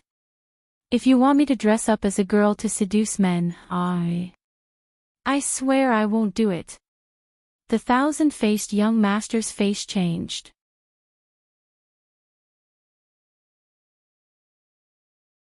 Chapter 1662. The thousand-faced young master's heart was filled with doubt. "Speak clearly, what do you want me to do?" "Do what?" Chen Ning said with a smile, "What I want you to do is very simple. You just need to dress up as a girl and sit there quietly playing a song. However, I'll decide the time and place. Can you do it? It's that simple." The thousand-faced young master could not believe his ears as he said in a trembling voice, "As long as I dress up as a girl and play the zither, you'll cure my strange illness." Chen Ning nodded with a smile, "Of course. Once this is done, I'll give you the antidote and the problem you've been worrying about will no longer be a problem." The thousand-faced young master was filled with joy as he asked, "Really? You don't need to wait another 49 days. Of course, my master is the #1 divine doctor in the world. This prescription was taught to me by him and the antidote was also taught to me by him. Do you not believe in my master's medical skills? I believe. The name of the #1 divine doctor in the world is like thunder to my ears, so of course this young master believes in you. You are the divine doctor's disciple, and a great teacher has a great disciple, so your medical skills must be amazing. When the thousand-faced young master thought of the lump on his chest disappearing, he was filled with joy. He no longer spoke ill of Chen Ning and began to praise her. Chen Ning revealed a faint smile and then said, "But you have to listen to me and not go against me. I want you to continue to dress up as a girl and continue to call me aunt, as well as take care of my meals. I don't care about your other skills, but I do appreciate your cooking skills.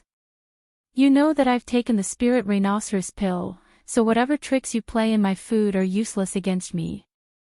As long as you obediently listen to me, I'll naturally give you the antidote."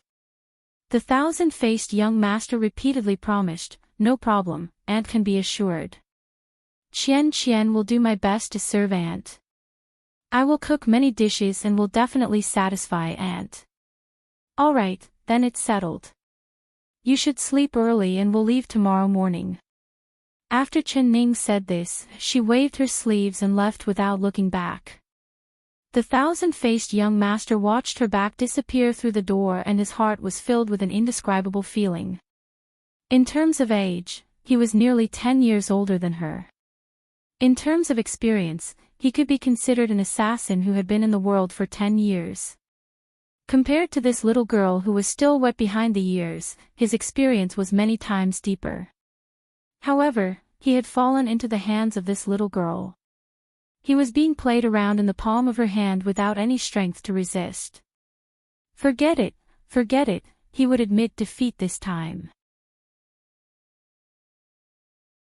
Once he completed his mission and obtained the antidote, he would first regain his male body and then think of a way to recover his cultivation. At that time, he would make her pay back the debt she owed him, bit by bit. On the next morning, the two of them packed their bags and left.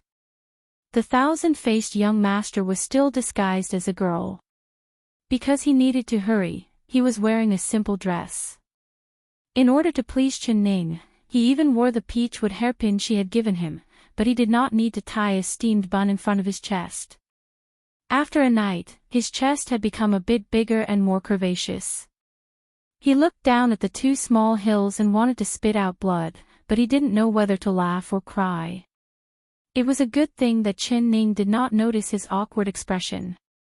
She just said, "We don't have much time, so we need to hurry. We'll eat some rations for lunch and rest in the city at night."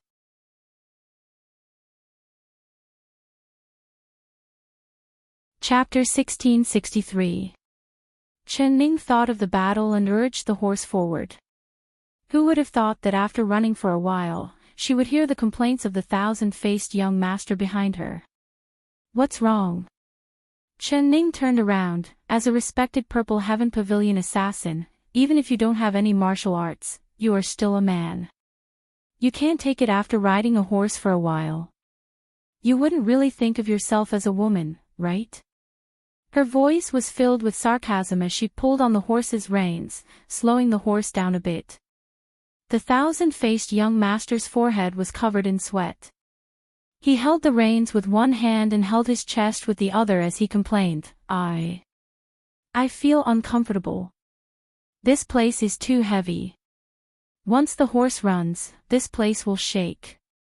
I really don't know how you women can ride horses so fast with these two things on them." He said this while looking at Chen Ning's chest, his heart filled with curiosity. With a schwa sound, his neck was hit by a horse whip. "Oh, why are you hitting me?" he cried out in pain.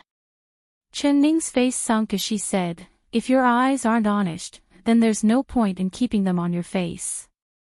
The thousand-faced young master's heart turned cold, knowing that this girl would do what she said. Now that he had a request for her, he could not offend her no matter what. He quickly gave an apologetic smile and said, "It's my bad, I shouldn't have looked. Aunt, don't be angry. But Aunt, can you make these two things a bit smaller? It's too inconvenient for me to ride a horse like this." Chen Ning said with a serious face, "You haven't even done what I want you to do and you're already trying to bargain with me. I don't dare, I don't dare. Alright, I'll teach you a method.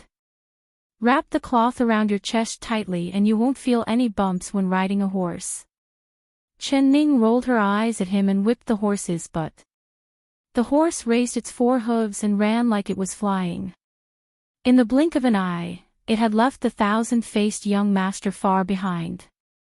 That's right, that's right. This method isn't bad and it's very simple. That girl Xiao Ru also told me about it before, but why didn't I think of it? The 1,000-faced young master quickly stopped the horse and jumped off its back. He took out a dress from his bag and tore it into strips. Then he found a hidden place and wrapped it around his chest. After he was done, he mounted the horse. This time, no matter how fast the horse ran or how bumpy it was, he did not feel any discomfort. "And this method of yours is really good." He sped up the horse and caught up to Chen Ning as he happily said this. Chen Ning just smiled and did not say anything. She just looked up at the sun and determined the direction before continuing to head south. "And why are you in such a hurry? Is there something urgent?" The 1,000-faced young master couldn't help but ask after following her for a while. "Of course there is an urgent matter, an extremely important matter," Chen Ning said without looking back. "An extremely urgent matter?" The 1,000-faced young master casually said, "You wouldn't be rushing to the front lines to help the West Chu army fight, right?" He remembered that Chen Ning had mentioned before that she wanted to go to the front lines, but he had only listened. He thought that it was a lie to scare him and not let him follow, so he did not care about it at all. He was just casually making a joke at this time. Who would have thought that Chen Ning would nod with a serious expression? The 1,000-faced young master is truly smart, immediately guessing my goal. What?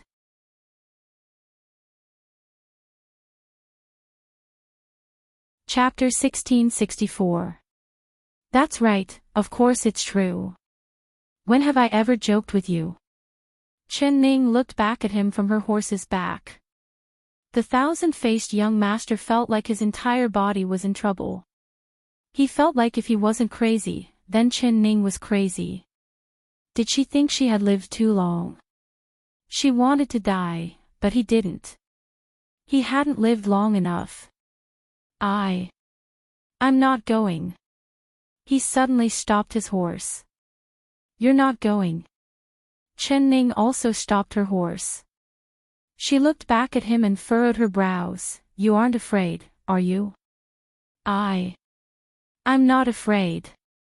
The 1,000-faced young master stiffened his neck. Even if he was afraid, he couldn't show it on the surface and let a little girl like her look down on him. Then why aren't you going?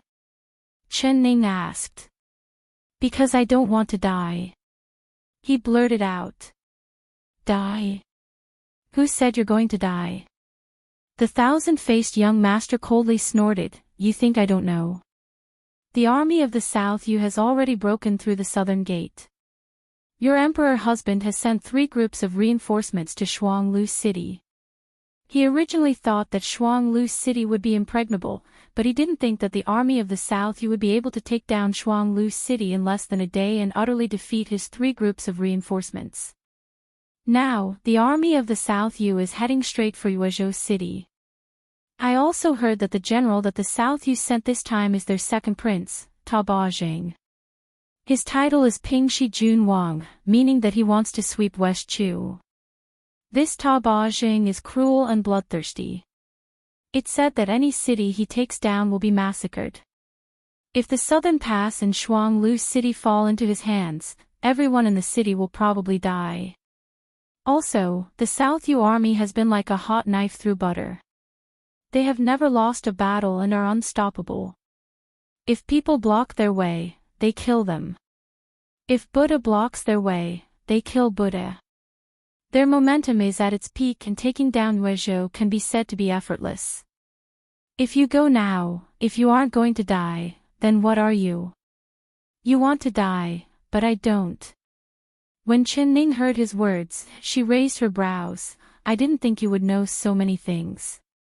However, there is one thing you probably don't know. The general that the South you sent to attack West Chu is not their second prince, but rather Chu Xiaoyang, who defected from West Chu.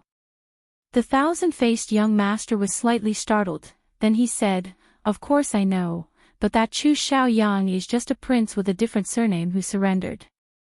Even if the South Yu Emperor made him king and gave him control over the army, the person the South Yu Emperor trusts the most is his own son, otherwise why would he appoint Tuoba Jing as Chu Xiaoyang's vice-general? In name, he's the deputy general, but in reality, he's the supervisor. If Chu Xiaoyang dares to have the slightest bit of disloyalty, Tuoba Jing will definitely cut him down. Chen Ning slightly shook her head. I'm guessing that the Southern Yu army follows Chu Xiaoyang's orders and not Tuoba Zheng's words. If it was really like this, the Southern Pass and Shuang Lu's citizens would not have died under Tuoba Zheng's blade. You're tuning into the LoveLore Library YouTube channel. We're so grateful for your support, and don't forget to subscribe to join us on this incredible journey through captivating stories. Your generosity through donations truly makes a world of difference, as it's the primary source of revenue that allows me to expand and enhance this channel for you. Thank you from the bottom of my heart for being a part of this adventure.